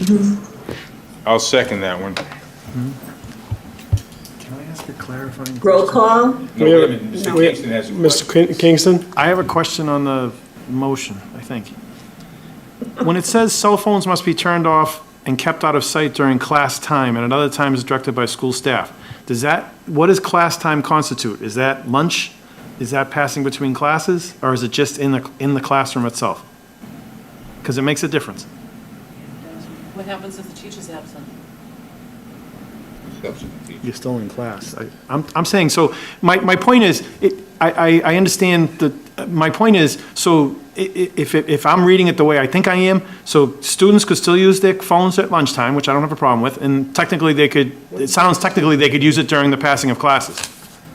Is that what the subcommittee thought, or am I reading something that's not there? No, they could use it at lunchtime or their time, but not during school time. If they're in the hallways, they're going to a class. So no. So no on the class, but yes on the lunch? Yes. Yes. Okay, I just want to be clear on that because it makes a difference to me. Thank you. I mean, I also look at it, we as adults will use our devices during our lunch breaks. It's your break. No, I want that to happen, but I want to clarify that, because to me, it was a little confusing, and I think it might be confusing to a Yeah. parent. So I guess, I hate to make another substitute motion, but my substitute motion is to physically state that during lunchtime, students could use their phones.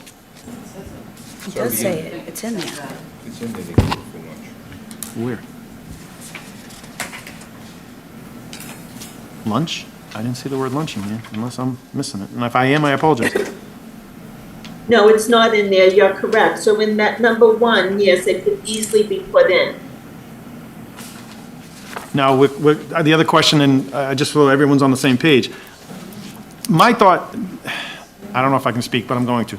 My thought is in the classroom, put it away. If they're passing in the hallway or at lunch, then it's okay. That's how I think. At least it helps. So when you walk into a classroom, the phone's away. If you're out in the hallway and passing in the class and wanted to check with a parent or check in with somebody or whatever, you could, and at lunchtime you could use your phone. That's what I'd like number 1 to say, and I don't think that's so restrictive. We're only saying when they're in the classroom trying to learn that they can't use their phone. If they're out in the hallway before class, before class starts, that's a different matter. That's what I'd like to see. That's what I'd like number 1 to see. So if that's a substitute motion, fine. Could I make a point of information, please? The We don't policy, have a if first you, or second to have discussions. if you look down at the third paragraph on IJNDF, it says students may use cell phones. That's the old policy, Carol. That was changed 2012, Carol. Oh, okay, so that's the old one? All Yeah, righty. that's, Could I ask for a second on my substitute motion? Well, why was that can I- dropped? May I I'll speak? repeat it. May- Can I repeat it? Sure. I apologize. Sure. I apologize if I'm out of order. Basically, for number 1 on JICJ, to state that cell phones could be used in between classes and at lunchtime, and that would be stated. And basically, just to say that students would not be allowed to use their phones in class, in the classroom, to be clear. But they could use it at lunchtime and in passing classes. I think allowing them in the hallways going from class to class would kind of start, I don't know. It's just a substitute. If it does, it I'd does. be more amenable to that, but I just wanted to It's not- state that they can use it at lunch, because the way it reads to me, in my reading, is you can't use it at lunch, because it says Right. phone off all day. And I think, at lunchtime, if, a parent wants to reach in, or someone wants to reach in, or whatever, And whatever. you're right, John, I do agree that they should be allowed to have it at lunch. But I'd like it to state it. I mean, we can say it, and yeah, it is, but No, I'd I rather say mean- it flat out. It would be amended to your policy. Thank you. It would be your amended that we would be Passing the voting class, on. they only get, I don't know how many minutes it is, Dr. Kelly, 6 minutes? I don't even know what they get now. 4, okay. So my substitute motion is that we restate number 1 and make phones available at lunchtime and/or make them available during passing classes. If someone wants to do 2 of those, it's fine with me, and break them out. I don't have a problem with that either. As long as it says they can use it during lunch, I think that's fair and it should be in there. Thank you. Can they use earbuds during lunch? Is there a second? No, I just have one question. So if you make that change in number 1, you're accepting the rest of the policy then? Yes. Well, I'd like to see the pass them too, but if it's not, I understand. So if I think it would be good if no one minds, let's maybe do one substitute motion that says We've got 6. lunch, and do the second one that says including in between class. Break them out, because I think we all agree on the lunch. We may not all agree on the passing, and I understand your point. I understand everyone's point if you said that opens the door already. I just think it's something that, adults do. I mean, I don't know. My question to you. My concern is it's going to cause more trips to the bathroom and things like that, because that's where kids are going to be able to use their phones. So I'm a little concerned about that. So at least if we let them use it between class and in the specifying specifically you can use it at lunch, it may cut down on trips to the bathroom of people who use their phone. I mean, adults go to the bathroom to use their phone. It happens. Thank you. May I speak from the chair again? Okay. May I? Thank you. If anyone's watching tonight, we're confusing we're making it even more confusing to the public, because we're confused, and I don't think we can leave this room, and I'm not saying that tonight, with a policy that we are this confused about, and this, I'm not saying disorganized disrespectfully, but with 2 weeks to go before the start of school, we roll out a policy that we're still questioning a lot of, is probably going to be more disruptive. We're trying to do the right thing. I think everyone has the right intentions.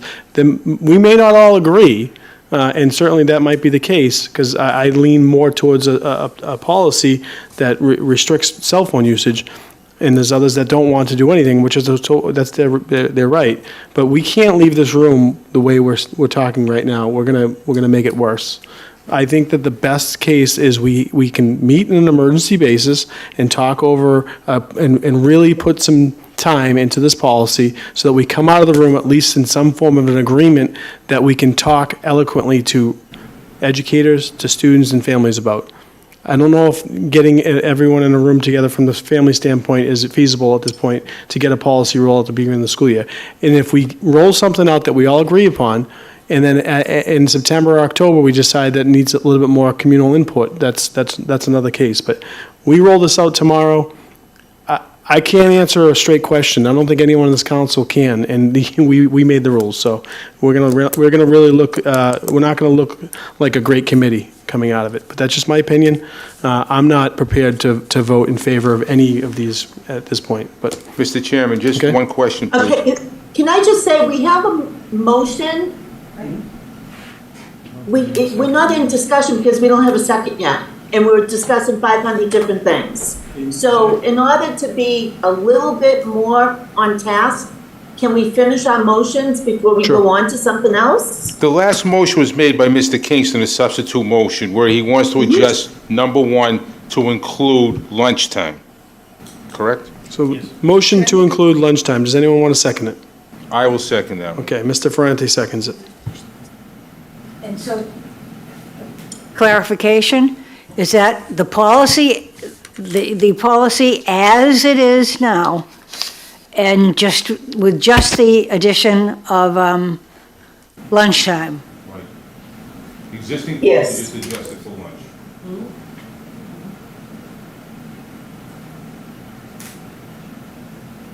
Roll call? So the motion being voted on is Mr. Kingston's substitute motion right now, because his is the last motion. Yes.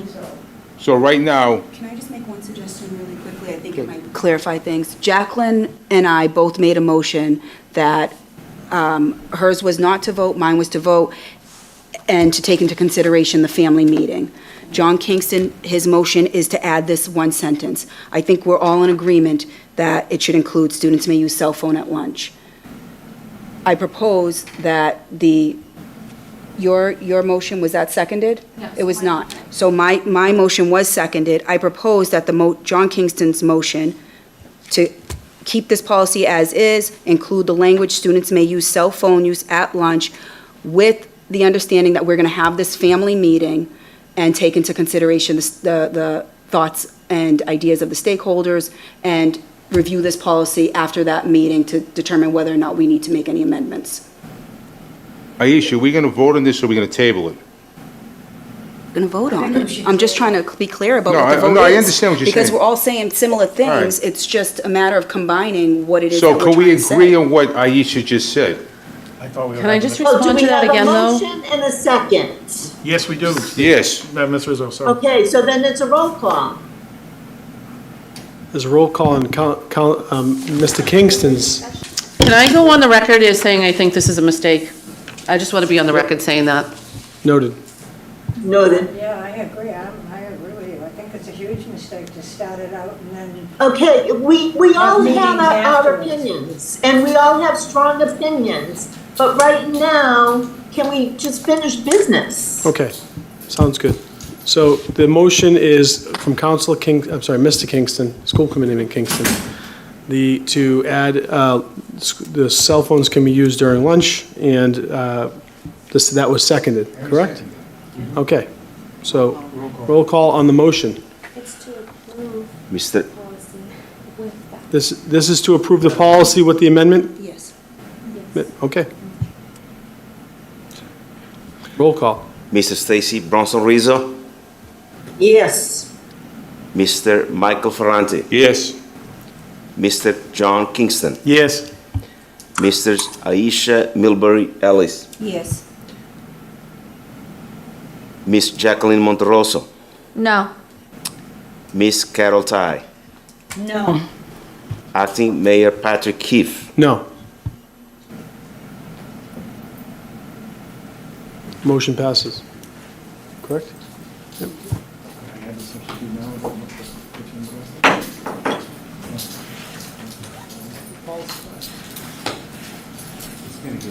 Okay. The next item, do we have any other school rule policy? Ms. Rizzo? Just the RPS handbooks, we need to commend that group for all the work that they did on this handbook. Dr. Garcia, Jamie Flynn, people like our school committee members, John Kingston, Aisha Milbury Ellis. They did an amazing amount of work with a lot of time spent doing this work. And the policy subcommittee is recommending that the handbooks be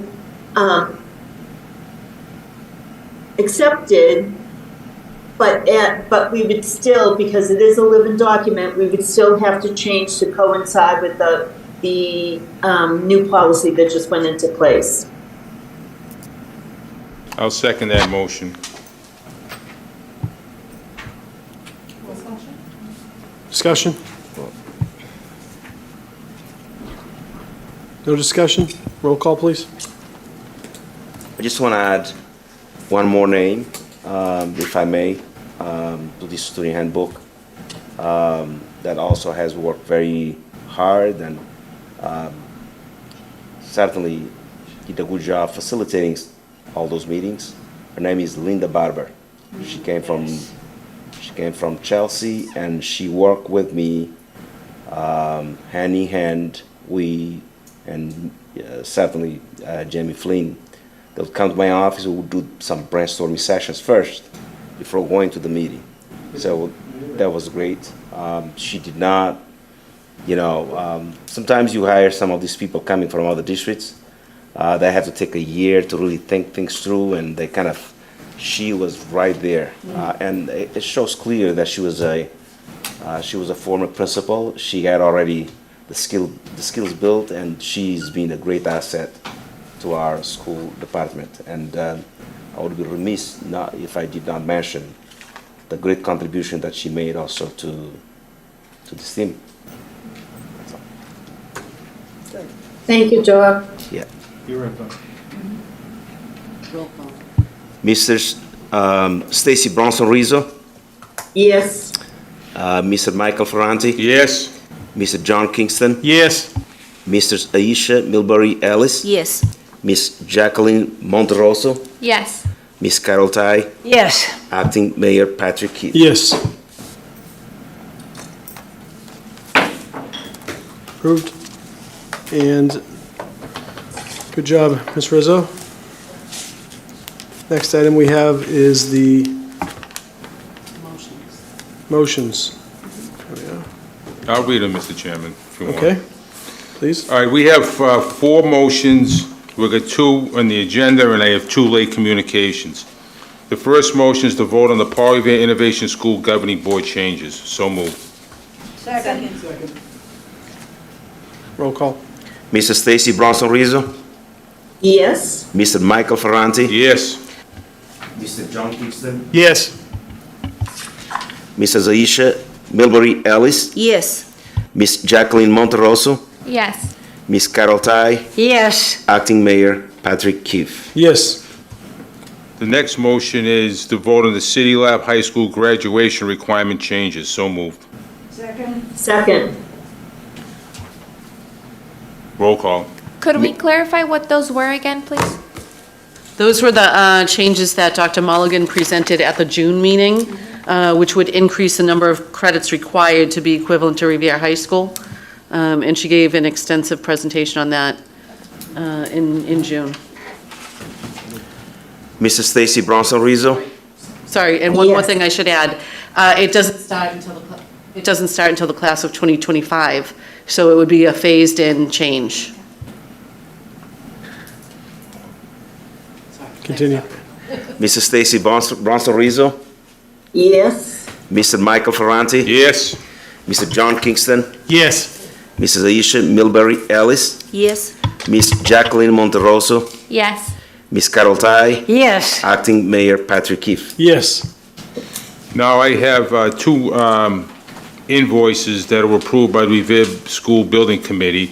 Number one, Left Field LLC, June 2023 Professional Services, invoice 29 for $21,000. So moved. Can I Second. say one thing? I believe that for each of these, Mr. Franti, you have to present first a motion to encumber, and then a motion to To pay. pay. Okay. All right, so I'll go back to that. So I'm making a motion to encumber Left Field LLC, June 23, Professional Services, invoice 29, $21,000. So moved. Second? Roll call. Mrs. Stacy. Mrs. Yes. Stacy Bronson Rizzo. Yes. Mr. Michael Ferranti. Yes. Mr. John Kingston. Yes. Mrs. Aisha Milbury Ellis. Yes. Miss Jacqueline Monterosso. Yes. Miss Carol Ty. Yes. Acting Mayor Patrick Keefe. Yes. The next one is to encumber Perkins Eastman, June 2023 Professional Service, invoice number 87970 for $107,986, $86.32. So moved. Second? Roll call. Mrs. Stacy Bronson Rizzo. Yes. Mr. Michael Ferranti. Yes. Mr. John Kingston. Yes. Mrs. Aisha Milbury Ellis. Yes. Miss Jacqueline Monterosso. Yes. Miss Carol Ty. Yes. Acting Mayor Patrick Keefe. Yes. We make the motion to pay Perkins Eastman, June 2023 Professional Service, invoice number 87970 for $107,986.32. So moved. Second? Roll call. Mr. Stacy Bronson Rizzo. Yes. Mr. Michael Ferranti. Yes. Mr. John Kingston. Yes. Mrs. Aisha Milbury Ellis. Yes. Miss Jacqueline Monterosso. Yes. Miss Carol Ty. Yes. Acting Mayor Patrick Keefe. Yes. That's all.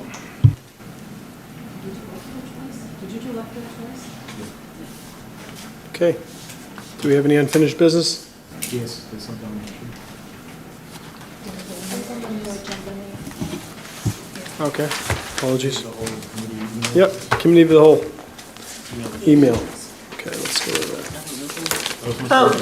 The email for committee of the whole, we discussed this last year and agreed upon, voted on having an email address for us all. Committee, It would be one email for everyone. We have our separate emails, but this would be just a Revere School Committee email that anyone can get in touch with us and not have to do 6 different names, 7 different names. And we discussed it, and we would have an automatic reply to that email. And Jonathan Ferrara said that wouldn't be a problem. But I was hoping we could get this started for the school year. Sure, do you need a vote? We had already voted on it last year. I mean, if some is a new committee, so, I mean, if you want, that's fine by me. Doesn't bother me one way or the other. Okay. I don't think it needs to be a vote, it's not a policy. Ms. Monterosso. I just have a question, Ms. Bronson Rizzo. So would we all have login access to it, or would it just like be a listserv that CCs our individual emails and we would receive a notification? No, it wouldn't be our individual emails. It's if a constituent or sometimes our educators want to ask us if we want to put an ad in the yearbook. They only have to put it out once and not to like spell someone's name wrong. Like we usually go by first initial, last name. But Yes. someone like Michael or John have a middle initial. So this way we're all getting one email if they're looking for all of us. Yes, my question is, how would we all see that email? Like, who responds to it? Like, what's the process? It wouldn't be, I'm trying to think of the word that, at that point, Mayor Arrigo had come up with wording for it, but it would be an automatic reply. Thank you for getting back to us, if it's like within the purview of our job, because sometimes parents contact us and it's not in the purview of our job, so we wouldn't respond to these emails, but if it's something like a teacher asking for a donation or a certain club asking for a donation, we would have that conversation with ourselves. So, someone else would we wanna be try? able to set it up more as like info at Revere School Committee as opposed to, because I think it's more of like a request and then people could respond individually. Similar to like an information, right? Yes, but like, Apologies. who's seeing it? Like, if it goes there, how do I see it? How does Mr. Ferranti see the email? Like, We would all see it. so we all log in? You don't, everyone would be on the Sent to all distribution of list. us. Oh, okay, so distribution. Yeah. Okay, that was my It'd be question. like an email group distribution list, yeah. Right. That's how I see it. I don't love it, but as long as we're not responding and everyone thinks that, Well, that's the whole thing. You have to be careful, and that's why the verbiage has to be put in as an automatic email, letting them know that we would not be responding, but we would take it into consideration if it was in our purview. It Ms. Ellis. does, it does seem to serve the constituents, because I know that when they're trying to express their opinions, it can be a pain to have to look up each one of us individually, so. Yeah, exactly, 6 times. So I think this is a benefit. I think we just have to be careful, although there are times that they're expecting a response from each one of us. So, I think as long as we communicate amongst each try it and other. see what happens. Let's try it, yeah. Okay, thank you. Any other questions? So, do we have to approve this, or this is, right, already approved? Okay, great. Any other unfinished, any new business? No? Motion to adjourn? Second. Roll call, please.